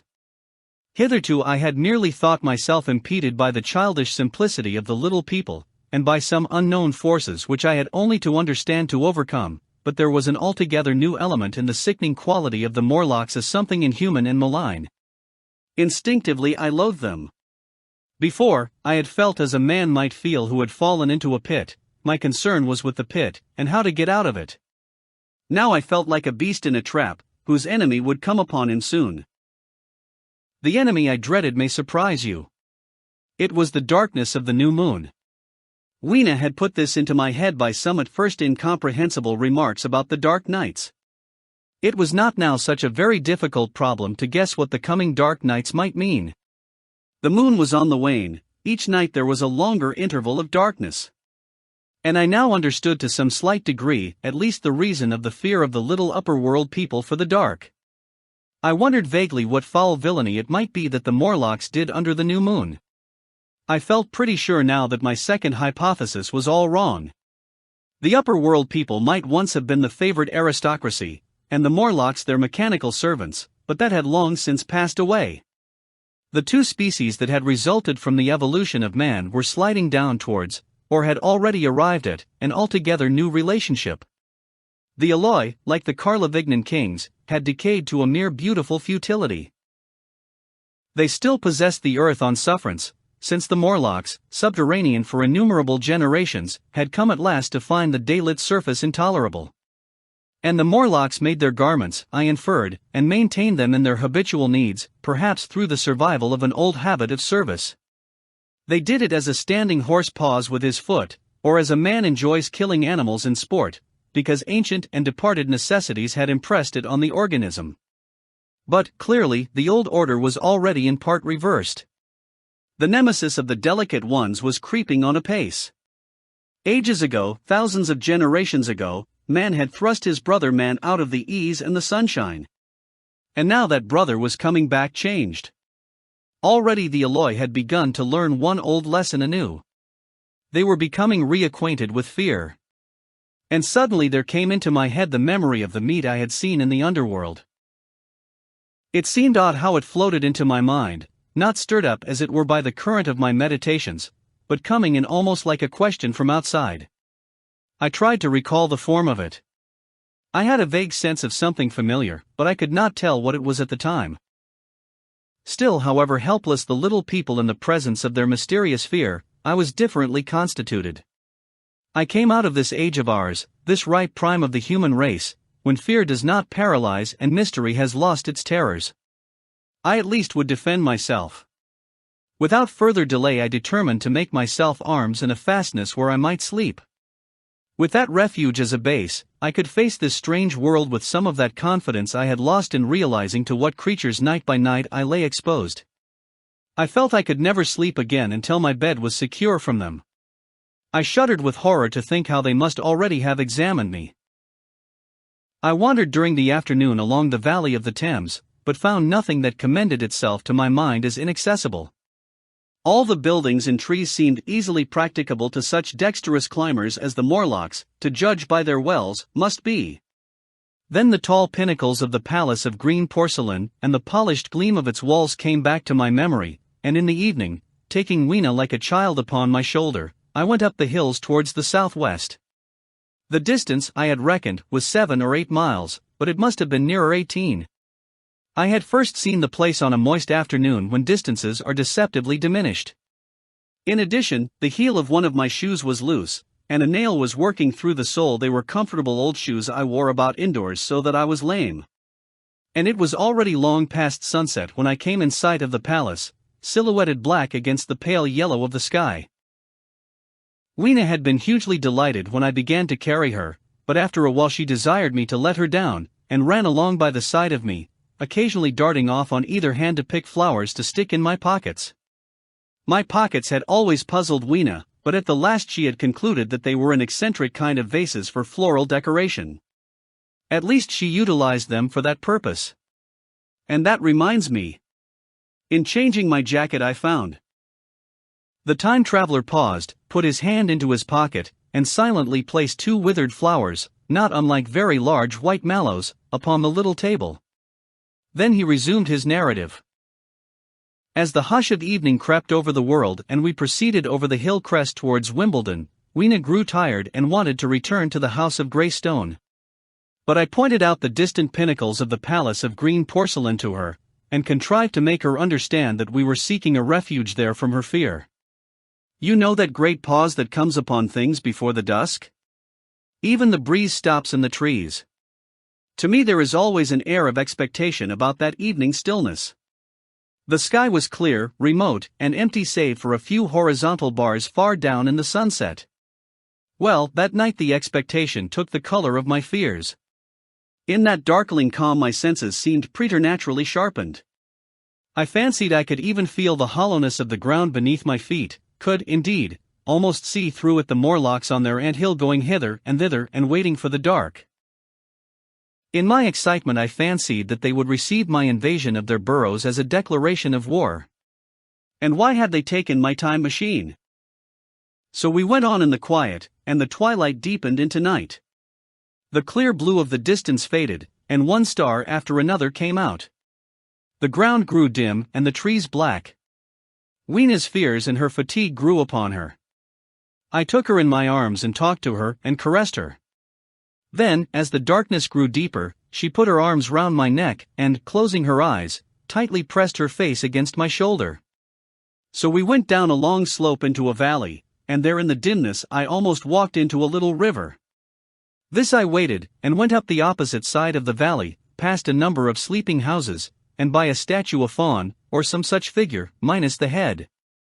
Here too were acacias. So far I had seen nothing of the Morlocks, but it was yet early in the night, and the darker hours before the old moon rose were still to come. From the brow of the next hill I saw a thick wood spreading wide and black before me. I hesitated at this. I could see no end to it, either to the right or the left. Feeling tired, my feet, in particular, were very sore. I carefully lowered Weena from my shoulder as I halted, and sat down upon the turf. I could no longer see the palace of green porcelain, and I was in doubt of my direction. I looked into the thickness of the wood and thought of what it might hide. Under the dense tangle of branches one would be out of sight of the stars. Even were there no other lurking danger, I did not care to let my imagination loose upon. There would still be all the roots to stumble over, and the tree boles to strike against. I was very tired too, after the excitements of the day, so I decided that I would not face it, but would pass the night upon the open hill. Weena, I was glad to find, was fast asleep. I carefully wrapped her in my jacket, and sat down beside her to wait for the moonrise. The hillside was quiet and deserted, but from the black of the wood there came now and then a stir of living things. Above me shone the stars, for the night was very clear. I felt a certain sense of friendly comfort in their twinkling. All the old constellations had gone from the sky, however. That slow movement which is imperceptible in 100 human lifetimes had long since rearranged them in unfamiliar groupings. But the Milky Way, it seemed to me, was still the same tattered streamer of stardust as of yore. Southward, as I judged it, was a very bright red star that was new to me. It was even more splendid than our own green Sirius. And amid all these scintillating points of light one bright planet shone kindly and steadily like the face of an old friend. Looking at these stars suddenly dwarfed my own troubles and all the gravities of terrestrial life. I thought of their unfathomable distance and the slow inevitable drift of their movements out of the unknown past into the unknown future. I thought of the great precessional cycle that the pole of the earth describes. Only 40 times had that silent revolution occurred during all the years that I had traversed. And during these few revolutions all the activity, all the traditions, the complex organizations, the nations, languages, literatures, aspirations, even the mere memory of man as I knew him, had been swept out of existence. Instead were these frail creatures who had forgotten their high ancestry, and the white things of which I went in terror. Then I thought of the great fear that was between the two species, and for the first time, with a sudden shiver, came the clear knowledge of what the meat I had seen might be. Yet it was too horrible. I looked at little Weena sleeping beside me, her face white and star-like under the stars, and forthwith dismissed the thought. Through that long night I held my mind off the Morlocks as well as I could, and whiled away the time by trying to fancy I could find signs of the old constellations in the new confusion. The sky kept very clear, except for a hazy cloud or so. No doubt I dozed at times. Then, as my vigil wore on, came a faintness in the eastward sky, like the reflection of some colorless fire, and the old moon rose, thin and peaked and white. And close behind, and overtaking it, and overflowing it, the dawn came, pale at first, and then growing pink and warm. No Morlocks had approached us.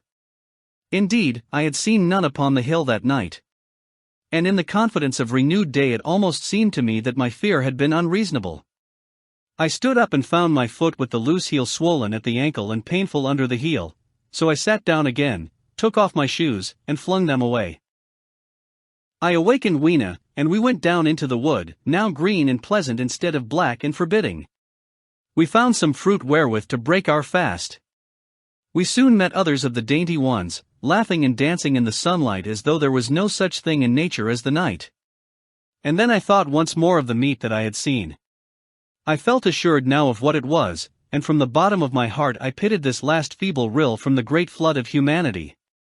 Clearly, at some time in the long ago of human decay, the Morlocks' food had run short. Possibly they had lived on rats and such like vermin. Even now, man is far less discriminating and exclusive in his food than he was, far less than any monkey. His prejudice against human flesh is no deep-seated instinct. And so these inhuman sons of men. I tried to look at the thing in a scientific spirit. After all, they were less human and more remote than our cannibal ancestors of 3,000 or 4,000 years ago. And the intelligence that would have made this state of things a torment had gone.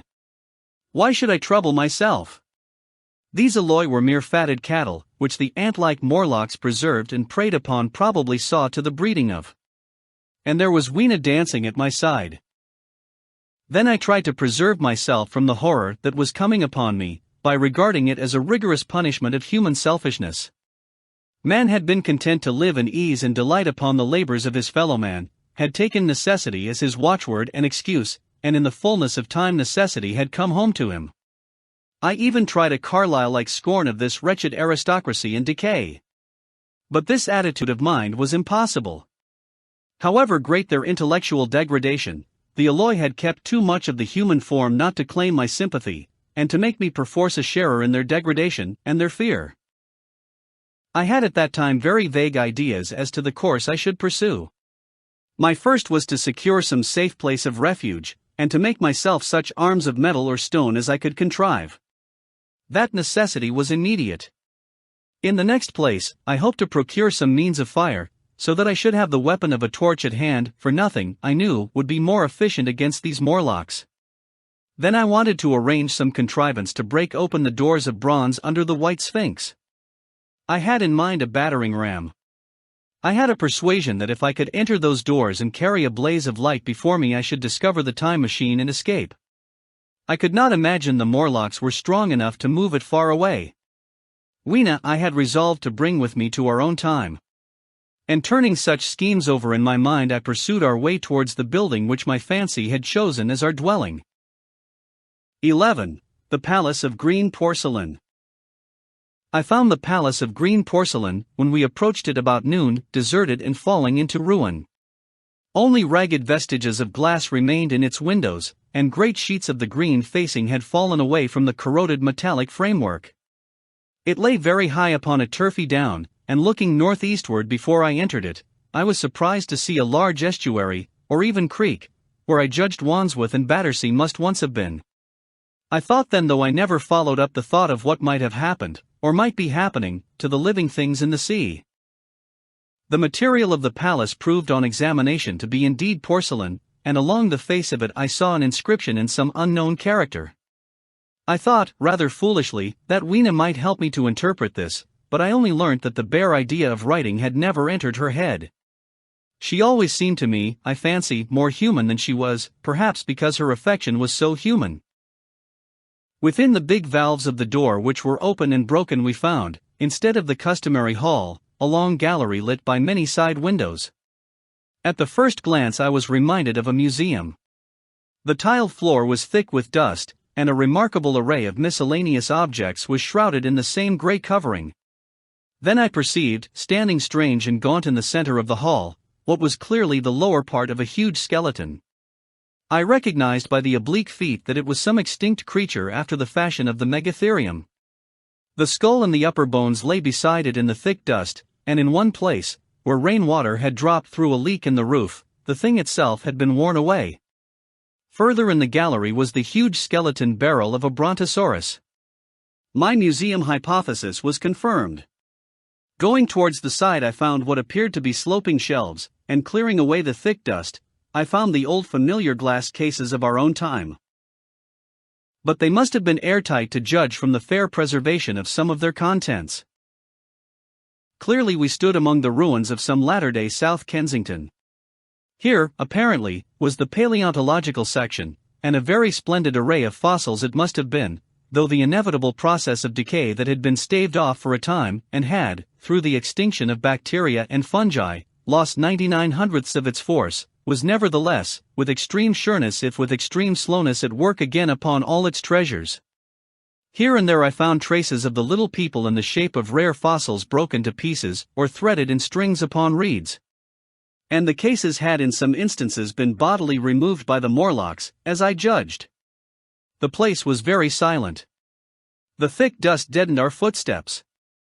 Weena, who had been rolling a sea urchin down the sloping glass of a case, presently came, as I stared about me, and very quietly took my hand and stood beside me. And at first I was so much surprised by this ancient monument of an intellectual age that I gave no thought to the possibilities it presented. Even my preoccupation about the time machine receded a little from my mind. To judge from the size of the place, this palace of green porcelain had a great deal more in it than a gallery of paleontology, possibly historical galleries, it might be, even a library. To me, at least in my present circumstances, these would be vastly more interesting than this spectacle of old-time geology in decay. Exploring, I found another short gallery running transversely to the first. This appeared to be devoted to minerals, and the sight of a block of sulfur set my mind running on gunpowder. But I could find no saltpetre, indeed, no nitrates of any kind. Doubtless they had deliquesced ages ago. Yet the sulfur hung in my mind, and set up a train of thinking. As for the rest of the contents of that gallery, though on the whole they were the best preserved of all I saw, I had little interest.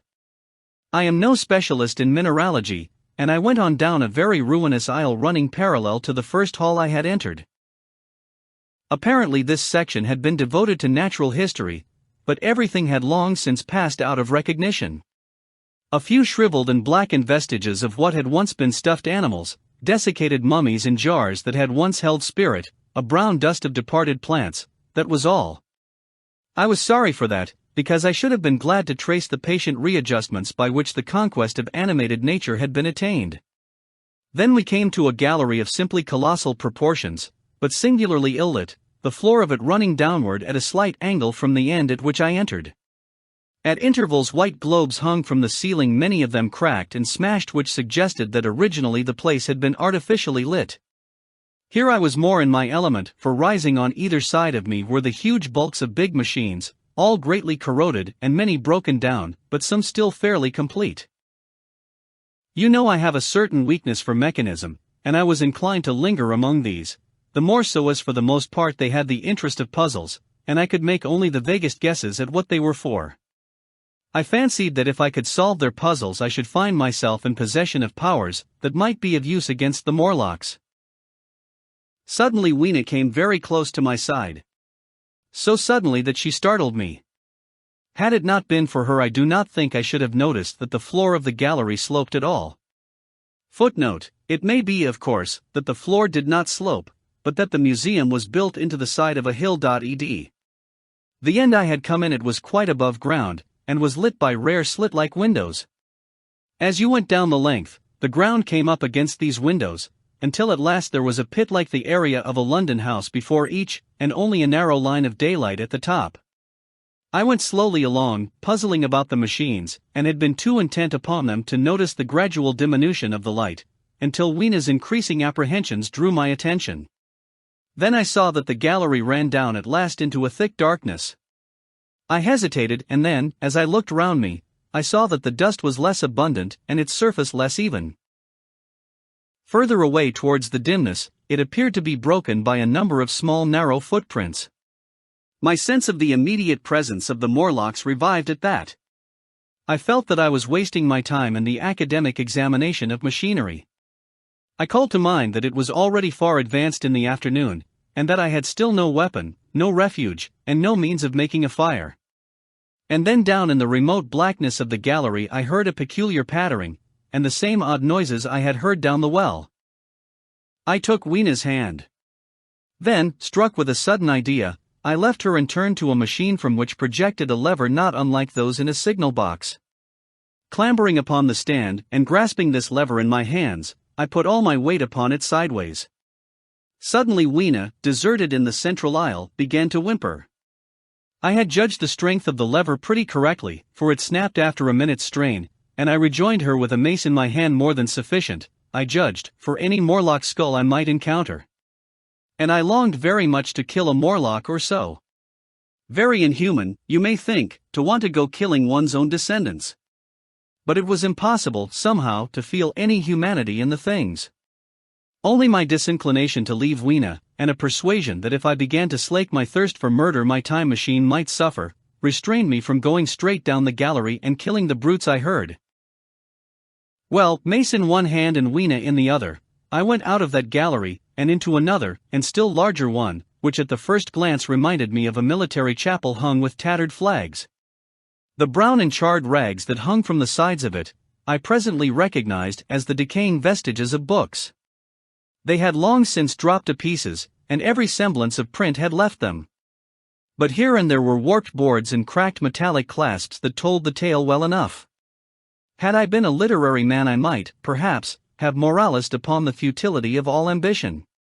But as it was, the thing that struck me with keenest force was the enormous waste of labor to which this somber wilderness of rotting paper testified. At the time I will confess that I thought chiefly of the Philosophical Transactions, and my own 17 papers upon physical optics. Then, going up a broad staircase, we came to what may once have been a gallery of technical chemistry. And here I had not a little hope of useful discoveries. Except at one end where the roof had collapsed, this gallery was well preserved. I went eagerly to every unbroken case. And at last, in one of the really airtight cases, I found a box of matches. Very eagerly I tried them. They were perfectly good. They were not even damp. I turned to Weena. "Dance," I cried to her in her own tongue. For now I had a weapon indeed against the horrible creatures we feared. And so, in that derelict museum, upon the thick soft carpeting of dust, to Weena's huge delight, I solemnly performed a kind of composite dance, whistling the Land of the Leal as cheerfully as I could. In part it was a modest can-can, in part a step dance, in part a skirt dance, so far as my tailcoat permitted, and in part original. For I am naturally inventive, as you know. Now, I still think that for this box of matches to have escaped the wear of time for immemorial years was a most strange, as for me it was a most fortunate, thing. Yet, oddly enough, I found a far unlikelier substance, and that was camphor. I found it in a sealed jar, that by chance, I suppose, had been really hermetically sealed. I fancied at first that it was paraffin wax, and smashed the glass accordingly. But the odor of camphor was unmistakable. In the universal decay this volatile substance had chanced to survive, perhaps through many thousands of centuries. It reminded me of a sepia painting I had once seen done from the ink of a fossil belemnite that must have perished and become fossilized millions of years ago. I was about to throw it away, but I remembered that it was inflammable and burnt with a good bright flame was, in fact, an excellent candle, and I put it in my pocket. I found no explosives, however, nor any means of breaking down the bronze doors. As yet my iron crowbar was the most helpful thing I had chanced upon. Nevertheless I left that gallery greatly elated. I cannot tell you all the story of that long afternoon. It would require a great effort of memory to recall my explorations in it all the proper order. I remember a long gallery of rusting stands of arms, and how I hesitated between my crowbar and a hatchet or a sword. I could not carry both, however, and my bar of iron promised best against the bronze gates. There were numbers of guns, pistols, and rifles. The most were masses of rust, but many were of some new metal, and still fairly sound. But any cartridges or powder there may once have been had rotted into dust. One corner I saw was charred and shattered, perhaps, I thought, by an explosion among the specimens.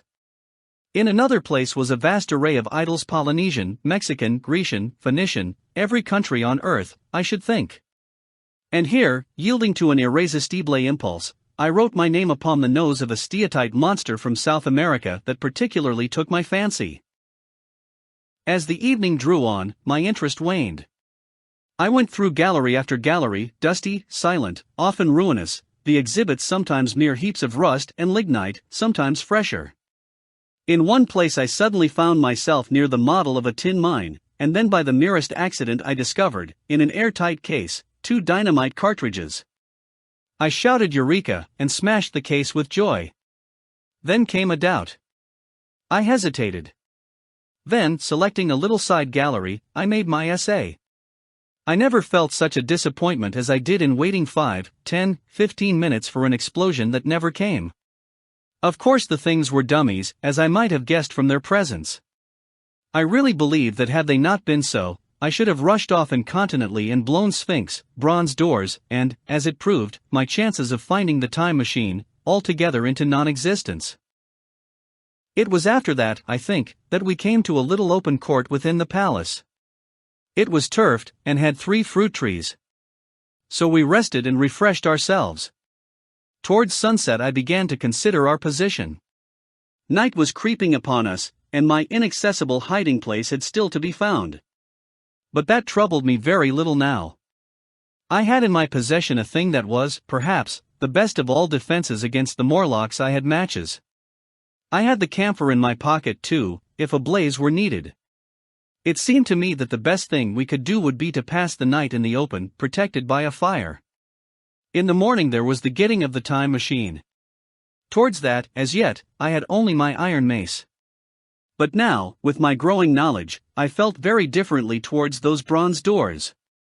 Up to this, I had refrained from forcing them, largely because of the mystery on the other side. They had never impressed me as being very strong, and I hoped to find my bar of iron not altogether inadequate for the work. 12. In the darkness. We emerged from the palace while the sun was still in part above the horizon. I was determined to reach the White Sphinx early the next morning, and ere the dusk I purposed pushing through the woods that had stopped me on the previous journey. My plan was to go as far as possible that night and then, building a fire, to sleep in the protection of its glare. Accordingly, as we went along I gathered any sticks or dried grass I saw, and presently had my arms full of such litter. Thus loaded, our progress was slower than I had anticipated, and besides Weena was tired. And I also began to suffer from sleepiness too, so that it was full night before we reached the wood. Upon the shrubby hill of its edge Weena would have stopped, fearing the darkness before us, but a singular sense of impending calamity, that should indeed have served me as a warning, drove me onward. I had been without sleep for a night and 2 days, and I was feverish and irritable. I felt sleep coming upon me, and the Morlocks with it. While we hesitated, among the black bushes behind us, and dim against their blackness, I saw 3 crouching figures. There was scrub and long grass all about us, and I did not feel safe from their insidious approach. The forest, I calculated, was rather less than a mile across. If we could get through it to the bare hillside, there, as it seemed to me, was an altogether safer resting place. I thought that with my matches and my camphor I could contrive to keep my path illuminated through the woods. Yet it was evident that if I was to flourish matches with my hands I should have to abandon my firewood, so, rather reluctantly, I put it down. And then it came into my head that I would amaze our friends behind by lighting it. I was to discover the atrocious folly of this proceeding, but it came to my mind as an ingenious move for covering our retreat. I don't know if you have ever thought what a rare thing flame must be in the absence of man and in a temperate climate. The sun's heat is rarely strong enough to burn, even when it is focused by dewdrops, as is sometimes the case in more tropical districts. Lightning may blast and blacken, but it rarely gives rise to widespread fire. Decaying vegetation may occasionally smolder with the heat of its fermentation, but this rarely results in flame. In this decadence too, the art of fire-making had been forgotten on the earth. The red tongues that went licking up my heap of wood were an altogether new and strange thing to Weena. She wanted to run to it and play with it. I believe she would have cast herself into it had I not restrained her. But I caught her up, and in spite of her struggles, plunged boldly before me into the wood. For a little way the glare of my fire lit the path. Looking back presently, I could see, through the crowded stems, that from my heap of sticks the blaze had spread to some bushes adjacent, and a curved line of fire was creeping up the grass of the hill. I laughed at that, and turned again to the dark trees before me. It was very black, and Weena clung to me convulsively, but there was still, as my eyes grew accustomed to the darkness, sufficient light for me to avoid the stems. Overhead it was simply black, except where a gap of remote blue sky shone down upon us here and there. I lit none of my matches because I had no hand free. Upon my left arm I carried my little one, in my right hand I had my iron bar. For some way I heard nothing but the crackling twigs under my feet, the faint rustle of the breeze above, and my own breathing and the throb of the blood vessels in my ears. Then I seemed to know of a pattering behind me. I pushed on grimly. The pattering grew more distinct, and then I caught the same queer sound and voices I had heard in the underworld. There were evidently several of the Morlocks, and they were closing in upon me. Indeed, in another minute I felt a tug at my coat, then something at my arm. And Weena shivered violently, and became quite still. It was time for a match. But to get one I must put her down. I did so, and, as I fumbled with my pocket, a struggle began in the darkness about my knees, perfectly silent on her part, and with the same peculiar cooing sounds from the Morlocks. Soft little hands, too, were creeping over my coat and back, touching even my neck. Then the match scratched and fizzed. I held it flaring, and saw the white backs of the Morlocks in flight amid the trees. I hastily took a lump of camphor from my pocket, and prepared to light it as soon as the match should wane. Then I looked at Weena. She was lying clutching my feet and quite motionless, with her face to the ground. With a sudden fright I stooped to her. She seemed scarcely to breathe. I lit the block of camphor and flung it to the ground, and as it split and flared up and drove back the Morlocks and the shadows, I knelt down and lifted her. The wood behind seemed full of the stir and murmur of a great company. She seemed to have fainted. I put her carefully upon my shoulder and rose to push on, and then there came a horrible realization. In maneuvering with my matches and Weena, I had turned myself about several times, and now I had not the faintest idea in what direction lay my path. For all I knew, I might be facing back towards the palace of green porcelain. I found myself in a cold sweat. I had to think rapidly what to do. I determined to build a fire and encamp where we were. I put Weena, still motionless, down upon a turfy bowl, and very hastily, as my first lump of camphor waned, I began collecting sticks and leaves. Here and there out of the darkness round me the Morlocks' eyes shone like carbuncles. The camphor flickered and went out. I lit a match, and as I did so, two white forms that had been approaching Weena dashed hastily away. One was so blinded by the light that he came straight for me, and I felt his bones grind under the blow of my fist. He gave a whoop of dismay, staggered a little way, and fell down. I lit another piece of camphor, and went on gathering my bonfire. Presently I noticed how dry was some of the foliage above me, for since my arrival on the time machine, a matter of a week, no rain had fallen. So, instead of casting about among the trees for fallen twigs, I began leaping up and dragging down branches. Very soon I had a choking smoky fire of green wood and dry sticks, and could economize my camphor. Then I turned to where Weena lay beside my iron mace. I tried what I could to revive her, but she lay like one dead. I could not even satisfy myself whether or not she breathed. Now, the smoke of the fire beat over towards me, and it must have made me heavy of a sudden. Moreover, the vapor of camphor was in the air. My fire would not need replenishing for an hour or so. I felt very weary after my exertion and sat down. The wood, too, was full of a slumbrous murmur that I did not understand. I seemed just to nod and open my eyes. But all was dark, and the Morlocks had their hands upon me. Flinging off their clinging fingers, I hastily felt in my pocket for the matchbox, and it had gone. Then they gripped and closed with me again. In a moment I knew what had happened. I had slept, and my fire had gone out, and the bitterness of death came over my soul. The forest seemed full of the smell of burning wood. I was caught by the neck, by the hair, by the arms, and pulled down. It was indescribably horrible in the darkness to feel all these soft creatures heaped upon me.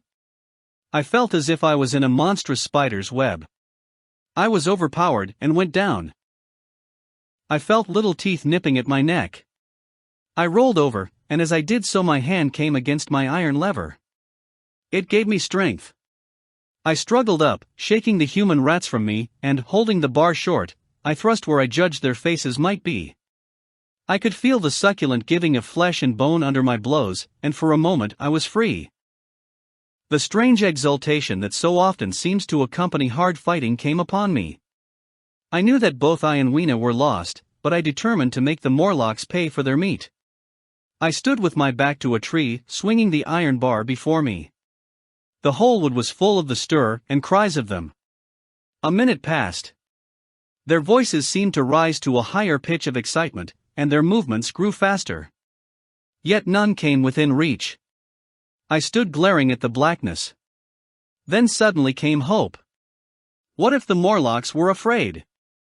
And close on the heels of that came a strange thing. The darkness seemed to grow luminous. Very dimly I began to see the Morlocks about me, 3 battered at my feet, and then I recognized, with incredulous surprise, that the others were running in an incessant stream, as it seemed, from behind me and away through the wood in front.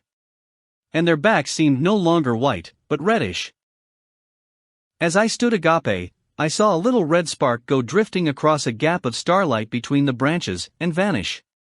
And at that I understood the smell of burning wood, the slumberous murmur that was growing now into a gusty roar, the red glow, and the Morlock's flight.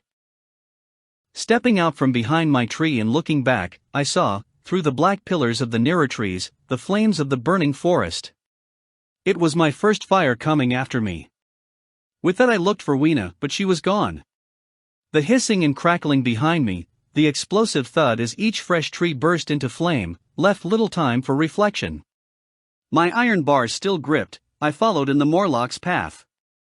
It was a close race. Once the flames crept forward so swiftly on my right as I ran that I was outflanked and had to strike off to the left.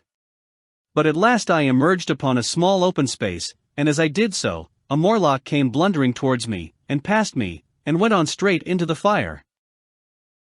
And now I was to see the most weird and horrible thing, I think, of all that I beheld in that future age. This whole space was as bright as day with the reflection of the fire. In the center was a hillock or tumulus, surmounted by a scorched hawthorn. Beyond this was another arm of the burning forest, with yellow tongues already writhing from it, completely encircling the space with a fence of fire. Upon the hillside were some 30 or 40 Morlocks, dazzled by the light and heat, and blundering hither and thither against each other in their bewilderment. At first I did not realize their blindness, and struck furiously at them with my bar, in a frenzy of fear, as they approached me, killing one and crippling several more. But when I had watched the gestures of one of them groping under the hawthorn against the red sky, and heard their moans, I was assured of their absolute helplessness and misery in the glare, and I struck no more of them. Yet every now and then one would come straight towards me, setting loose a quivering horror that made me quick to elude him. At one time the flames died down somewhat, and I feared the foul creatures would presently be able to see me. I was thinking of beginning the fight by killing some of them before this should happen, but the fire burst out again brightly, and I stayed my hand. I walked about the hill among them and avoided them, looking for some trace of Weena. But Weena was gone. At last I sat down on the summit of the hillock and watched this strange incredible company of blind things groping to and fro, and making uncanny noises to each other, as the glare of the fire beat on them. The coiling uprush of smoke streamed across the sky, and through the rare tatters of that red canopy, remote as though they belonged to another universe, shone the little stars. 2 or 3 Morlocks came blundering into me, and I drove them off with blows of my fists, trembling as I did so. For the most part of that night I was persuaded it was a nightmare. I bit myself and screamed in a passionate desire to awake. I beat the ground with my hands, and got up and sat down again, and wandered here and there and again sat down. Then I would fall to rubbing my eyes and calling upon God to let me awake. Thrice I saw Morlocks put their heads down in a kind of agony and rush into the flames. But at last, above the subsiding red of the fire, above the streaming masses of black smoke and the whitening and blackening tree stumps, and the diminishing numbers of these dim creatures, came the white light of the day. I searched again for traces of Weena, but there were none. It was plain that they had left her poor little body in the forest. I cannot describe how it relieved me to think that it had escaped the awful fate to which it seemed destined. As I thought of that, I was almost moved to begin a massacre of the helpless abominations about me, but I contained myself. The hillock, as I have said, was a kind of island in the forest. From its summit I could now make out through a haze of smoke the palace of green porcelain, and from that I could get my bearings for the White Sphinx. And so, leaving the remnant of these damned souls still going hither and thither and moaning, as the day grew clearer, I tied some grass about my feet and limped on across smoking ashes, and among black stems that still pulsated internally with fire, towards the hiding place of the time machine. I walked slowly, for I was almost exhausted, as well as lame, and I felt the intensest wretchedness for the horrible death of little Weena. It seemed an overwhelming calamity. Now, in this old familiar room, it is more like the sorrow of a dream than an actual loss. But that morning it left me absolutely lonely again, terribly alone. I began to think of this house of mine, of this fireside, of some of you, and with such thoughts came a longing that was pain. But as I walked over the smoking ashes under the bright morning sky, I made a discovery. In my trouser pocket were still some loose matches. The box must have leaked before it was lost. 13. The Trap of the White Sphinx. About 8 or 9 in the morning, I came to the same seat of yellow metal from which I had viewed the world upon the evening of my arrival. I thought of my hasty conclusions upon that evening, and could not refrain from laughing bitterly at my confidence. Here was the same beautiful scene, the same abundant foliage, the same splendid palaces and magnificent ruins, the same silver river running between its fertile banks.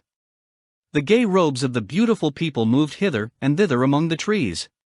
Some were bathing in exactly the place where I had saved Weena, and that suddenly gave me a keen stab of pain.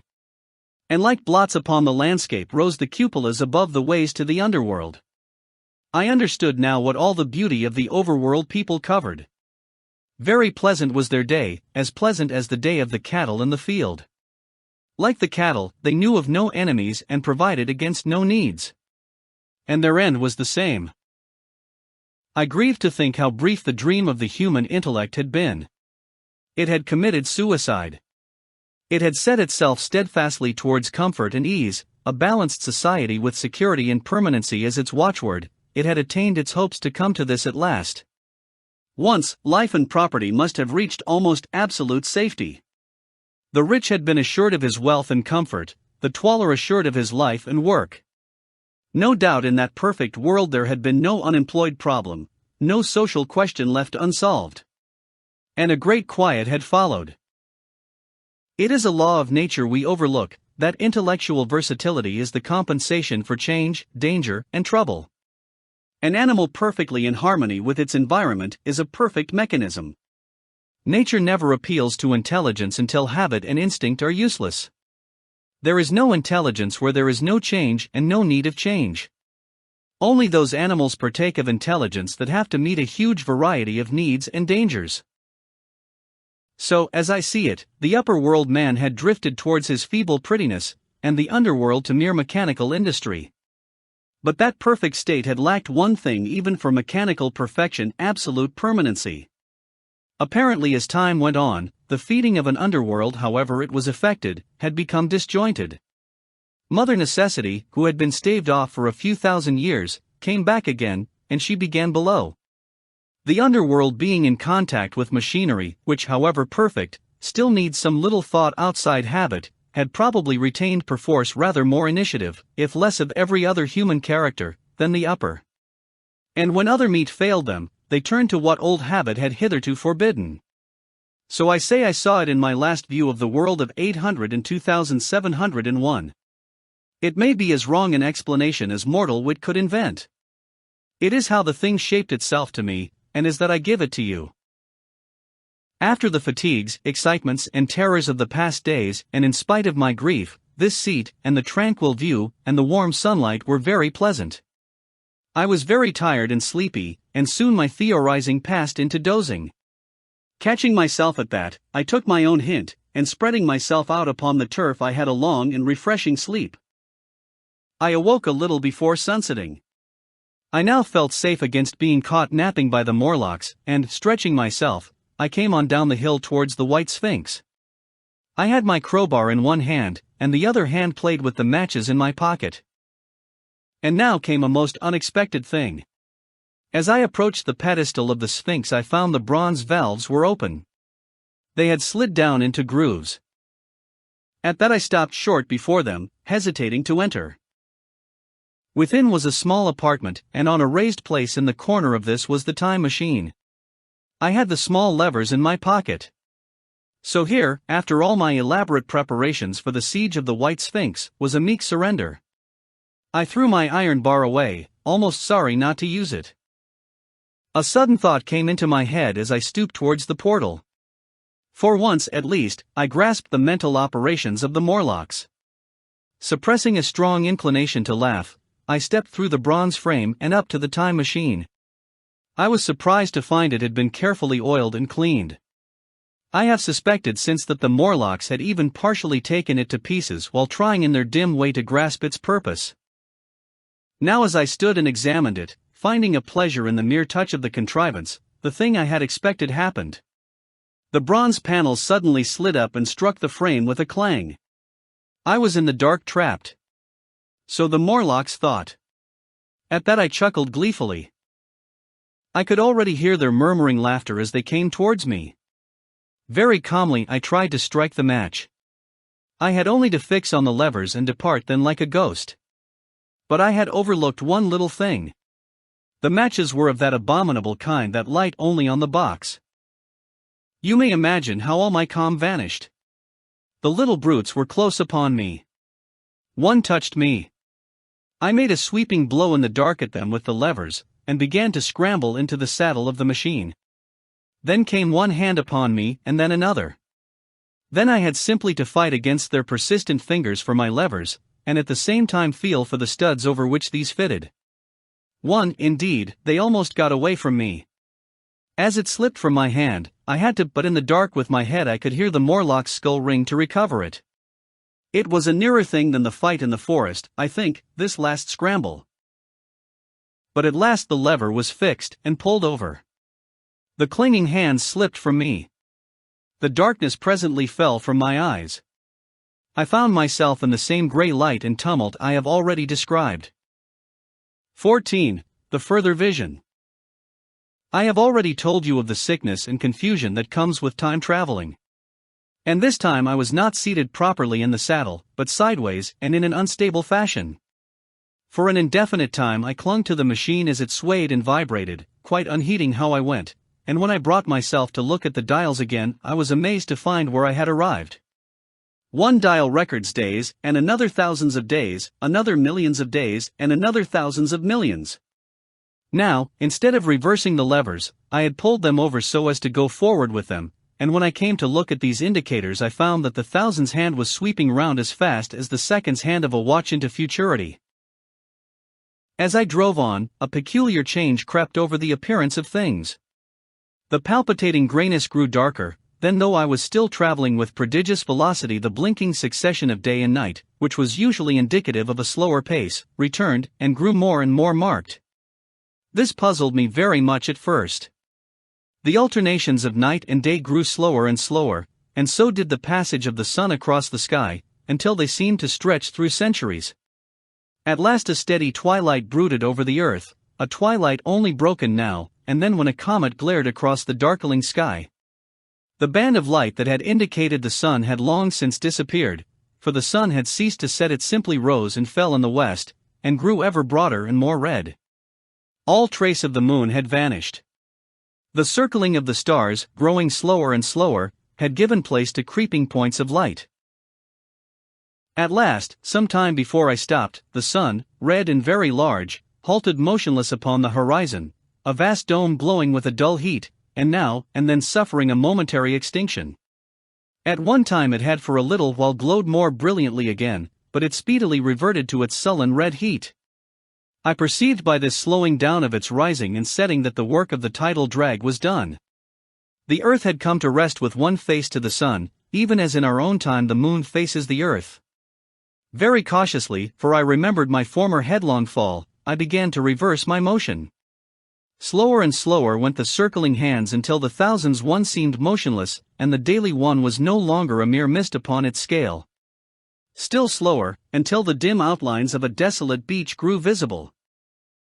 I stopped very gently and sat upon the time machine, looking round. The sky was no longer blue.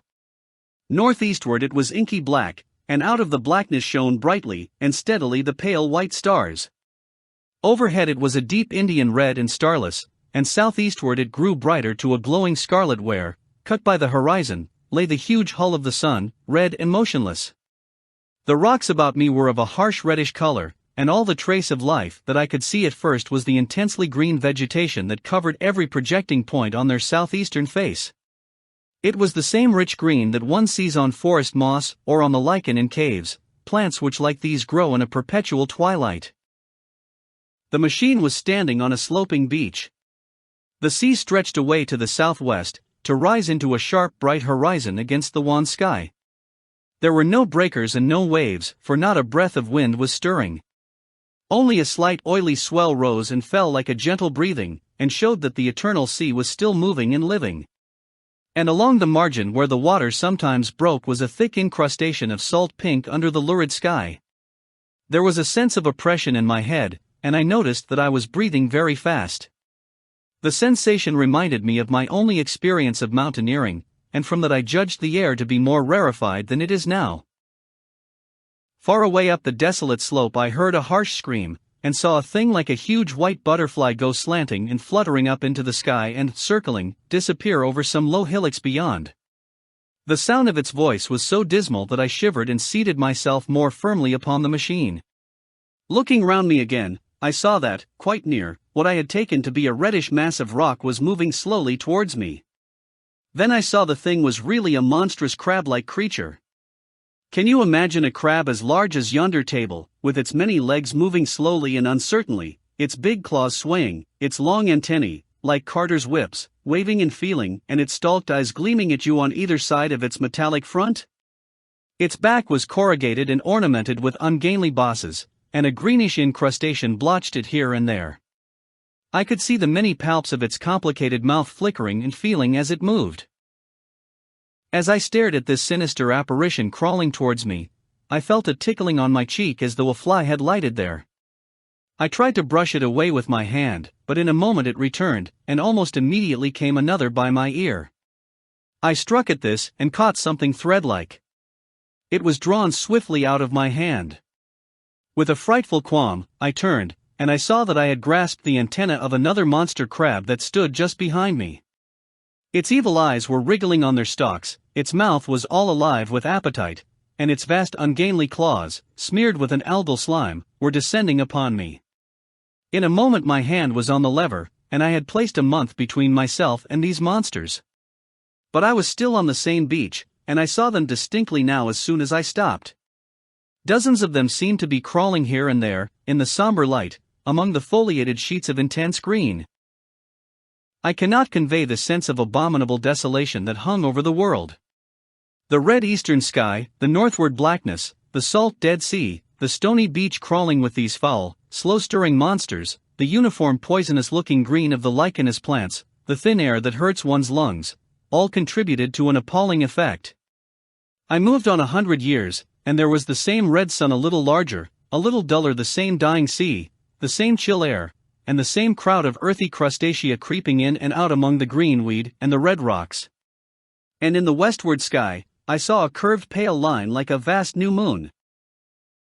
So I traveled, stopping ever and again, in great strides of 1,000 years or more, drawn on by the mystery of the earth's fate, watching with a strange fascination the sun grow larger and duller in the westward sky, and the life of the old earth ebb away. At last, more than 30 million years hence, the huge red-hot dome of the sun had come to obscure nearly a tenth part of the darkling heavens. Then I stopped once more, for the crawling multitude of crabs had disappeared, and the red beach, save for its livid green liverworts and lichens, seemed lifeless. And now it was flecked with white. A bitter cold assailed me. Rare white flakes ever and again came eddying down. To the northeastward, the glare of snow lay under the starlight of the sable sky, and I could see an undulating crest of hillocks pinkish white. There were fringes of ice along the sea margin, with drifting masses farther out, but the main expanse of that salt ocean, all bloody under the eternal sunset, was still unfrozen. I looked about me to see if any traces of animal life remained. A certain indefinable apprehension still kept me in the saddle of the machine. But I saw nothing moving in earth or sky or sea. The green slime on the rocks alone testified that life was not extinct. A shallow sandbank had appeared in the sea, and the water had receded from the beach. I fancied I saw some black object flopping about upon this bank, but it became motionless as I looked at it, and I judged that my eye had been deceived, and that the black object was merely a rock. The stars in the sky were intensely bright, and seemed to me to twinkle very little. Suddenly I noticed that the circular westward outline of the sun had changed, that a concavity, a bay, had appeared in the curve. I saw this grow larger. For a minute perhaps I stared aghast at this blackness that was creeping over the day, and then I realized that an eclipse was beginning. Either the moon or the planet Mercury was passing across the sun's disk. Naturally, at first I took it to be the moon, but there is much to incline me to believe that what I really saw was the transit of an inner planet passing very near to the Earth. The darkness grew apace, a cold wind began to blow in freshening gusts from the east, and the showering white flakes in the air increased in number. From the edge of the sea came a ripple and whisper. Beyond these lifeless sounds the world was silent. Silent? It would be hard to convey the stillness of it. All the sounds of man, the bleating of sheep, the cries of birds, the hum of insects, the stir that makes the background of our lives, all that was over. As the darkness thickened, the eddying flakes grew more abundant, dancing before my eyes, and the cold of the air more intense. At last, one by one, swiftly, one after the other, the white peaks of the distant hills vanished into blackness. The breeze rose to a moaning wind. I saw the black central shadow of the eclipse sweeping towards me. In another moment the pale stars alone were visible. All else was rayless obscurity. The sky was absolutely black. A horror of this great darkness came on me. The cold, that smote to my marrow, and the pain I felt in breathing, overcame me. I shivered, and a deadly nausea seized me. Then like a red-hot bow in the sky appeared the edge of the sun. I got off the machine to recover myself. I felt giddy and incapable of facing the return journey. As I stood sick and confused I saw again the moving thing upon the shoal. There was no mistake now that it was a moving thing against the red water of the sea.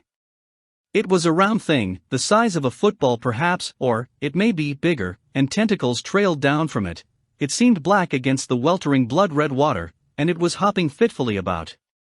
Then I felt I was fainting.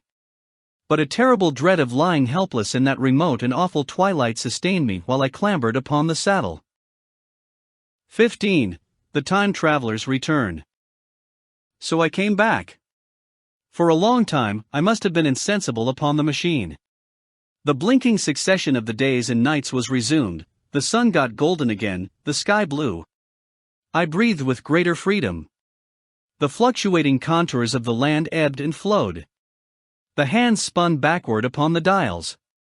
At last I saw again the dim shadows of houses, the evidences of decadent humanity.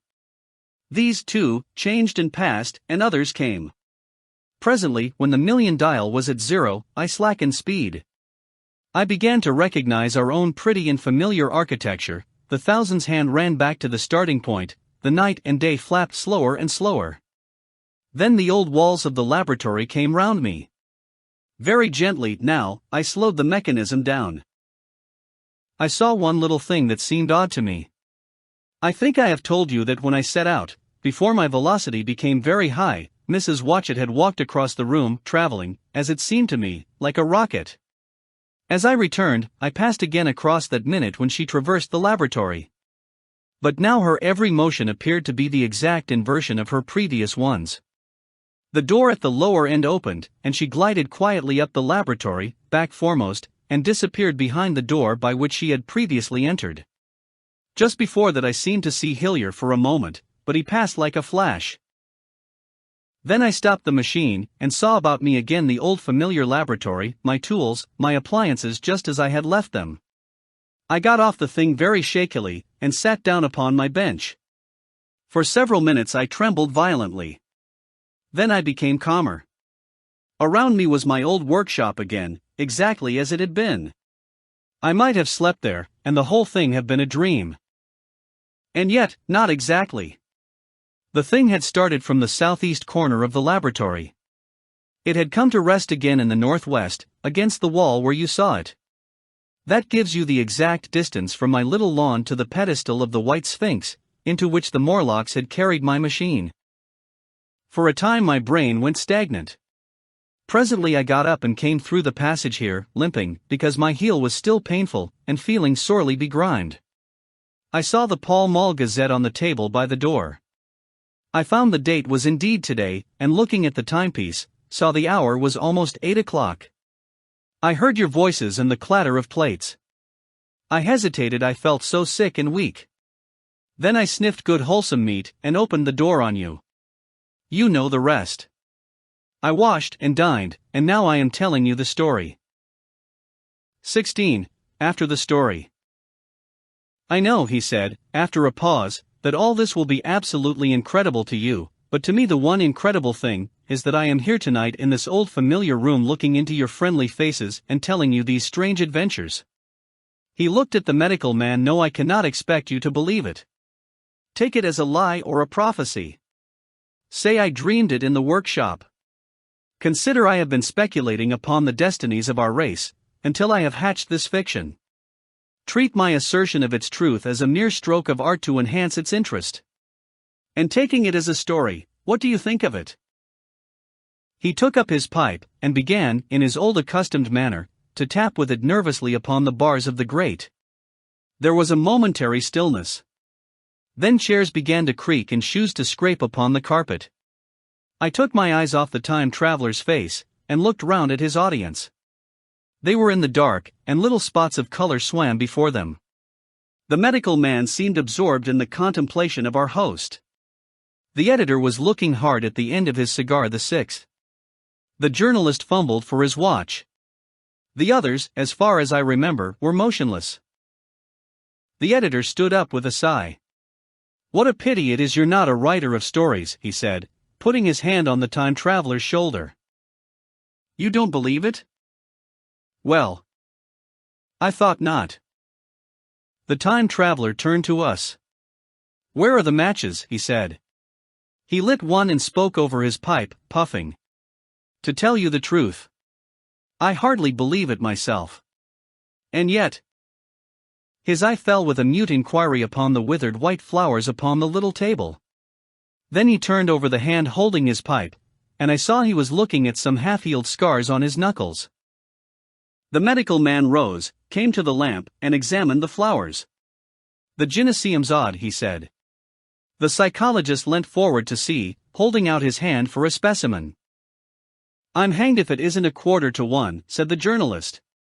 How shall we get home? Plenty of cabs at the station, said the psychologist. It's a curious thing, said the medical man, but I certainly don't know the natural order of these flowers. May I have them? The time traveler hesitated. Then suddenly, certainly not. Where did you really get them? Said the medical man. The time traveler put his hand to his head. He spoke like one who was trying to keep hold of an idea that eluded him. They were put into my pocket by Weena when I traveled into time. He stared round the room. I'm damned if it isn't all going. This room and you and the atmosphere of every day is too much for my memory. Did I ever make a time machine, or a model of a time machine? Or is it all only a dream? They say life is a dream, a precious poor dream at times, but I can't stand another that won't fit. It's madness. And where did the dream come from? I must look at that machine. If there is one. He caught up the lamp swiftly, and carried it, flaring red, through the door into the corridor. We followed him. There in the flickering light of the lamp was the machine sure enough, squat, ugly and askew, a thing of brass, ebony, ivory, and translucent glimmering quartz. Solid to the touch, for I put out my hand and felt the rail of it, and with brown spots and smears upon the ivory, and bits of grass and moss upon the lower parts, and one rail bent awry. The time traveler put the lamp down on the bench and ran his hand along the damaged rail. It's all right now, he said. The story I told you was true. I'm sorry to have brought you out here in the cold. He took up the lamp, and, in an absolute silence, we returned to the smoking room. He came into the hall with us and helped the editor on with his coat. The medical man looked into his face and, with a certain hesitation, told him he was suffering from overwork, at which he laughed hugely. I remember him standing in the open doorway, bawling good night. I shared a cab with the editor. He thought the tale a gaudy lie. For my own part, one was unable to come to a conclusion. The story was so fantastic and incredible, the telling so credible and sober. I lay awake most of the night thinking about it. I determined to go next day and see the time traveler again. I was told he was in the laboratory, and being on easy terms in the house, I went up to him. The laboratory, however, was empty. I stared for a minute at the time machine and put out my hand and touched the lever. At that, the squat, substantial-looking mass swayed like a bough shaken by the wind. Its instability startled me extremely, and I had a queer reminiscence of the childish days when I used to be forbidden to meddle. I came back through the corridor. The time traveler met me in the smoking room. He was coming from the house. He had a small camera under one arm and a knapsack under the other. He laughed when he saw me, and gave me an elbow to shake. "I'm frightfully busy," said he, "with that thing in there." "But is it not some hoax?" I said. "Do you really travel through time?" "Really and truly I do." And he looked frankly into my eyes.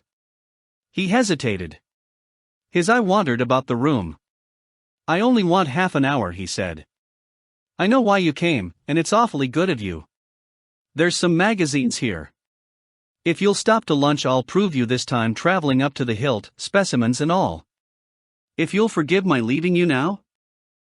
I consented, hardly comprehending then the full import of his words, and he nodded, and went on down the corridor. I heard the door of the laboratory slam, seated myself in a chair, and took up a daily paper. What was he going to do before lunchtime? Then suddenly I was reminded by an advertisement that I had promised to meet Richardson, the publisher, at 2. I looked at my watch and saw that I could barely save that engagement. I got up and went down the passage to tell the time traveler. As I took hold of the handle of the door, I heard an exclamation, oddly truncated at the end, and a click and a thud. A gust of air whirled round me as I opened the door, and from within came the sound of broken glass falling on the floor. The time traveler was not there. I seemed to see a ghostly, indistinct figure sitting in a whirling mass of black and brass, for a moment a figure so transparent that the bench behind with its sheets of drawings was absolutely distinct, but this phantasm vanished as I rubbed my eyes. The time machine had gone. Save for a subsiding stir of dust, the further end of the laboratory was empty. A pane of the skylight had, apparently, just been blown in. I felt an unreasonable amazement. I knew that something strange had happened, and for the moment could not distinguish what the strange thing might be. As I stood staring, the door into the garden opened, and the manservant appeared. We looked at each other. Then ideas began to come. "Has Mr. gone out that way?" said I. "No, sir. No one has come out this way. I was expecting to find him here." At that I understood. At the risk of disappointing Richardson, I stayed on, waiting for the time traveler, waiting for the second, perhaps still stranger story, and the specimens and photographs he would bring with him. But I am beginning now to fear that I must wait a lifetime. The time traveler vanished 3 years ago. And, as everybody knows now, he has never returned. Epilogue. One cannot choose but wonder. Will he ever return? It may be that he swept back into the past, and fell among the blood-drinking, hairy savages of the age of unpolished stone, into the abysses of the Cretaceous Sea, or among the grotesque saurians, the huge reptilian brutes of the Jurassic times. He may even now, if I may use the phrase, be wandering on some plesiosaurus-haunted oolitic coral reef, or beside the lonely saline seas of the Triassic Age. Or did he go forward, into one of the nearer ages, in which men are still men, but with the riddles of our own time answered, and its wearisome problems solved? Into the manhood of the race, for I, for my own part, cannot think that these latter days of weak experiment, fragmentary theory, and mutual discord are indeed man's culminating time. I say, for my own part.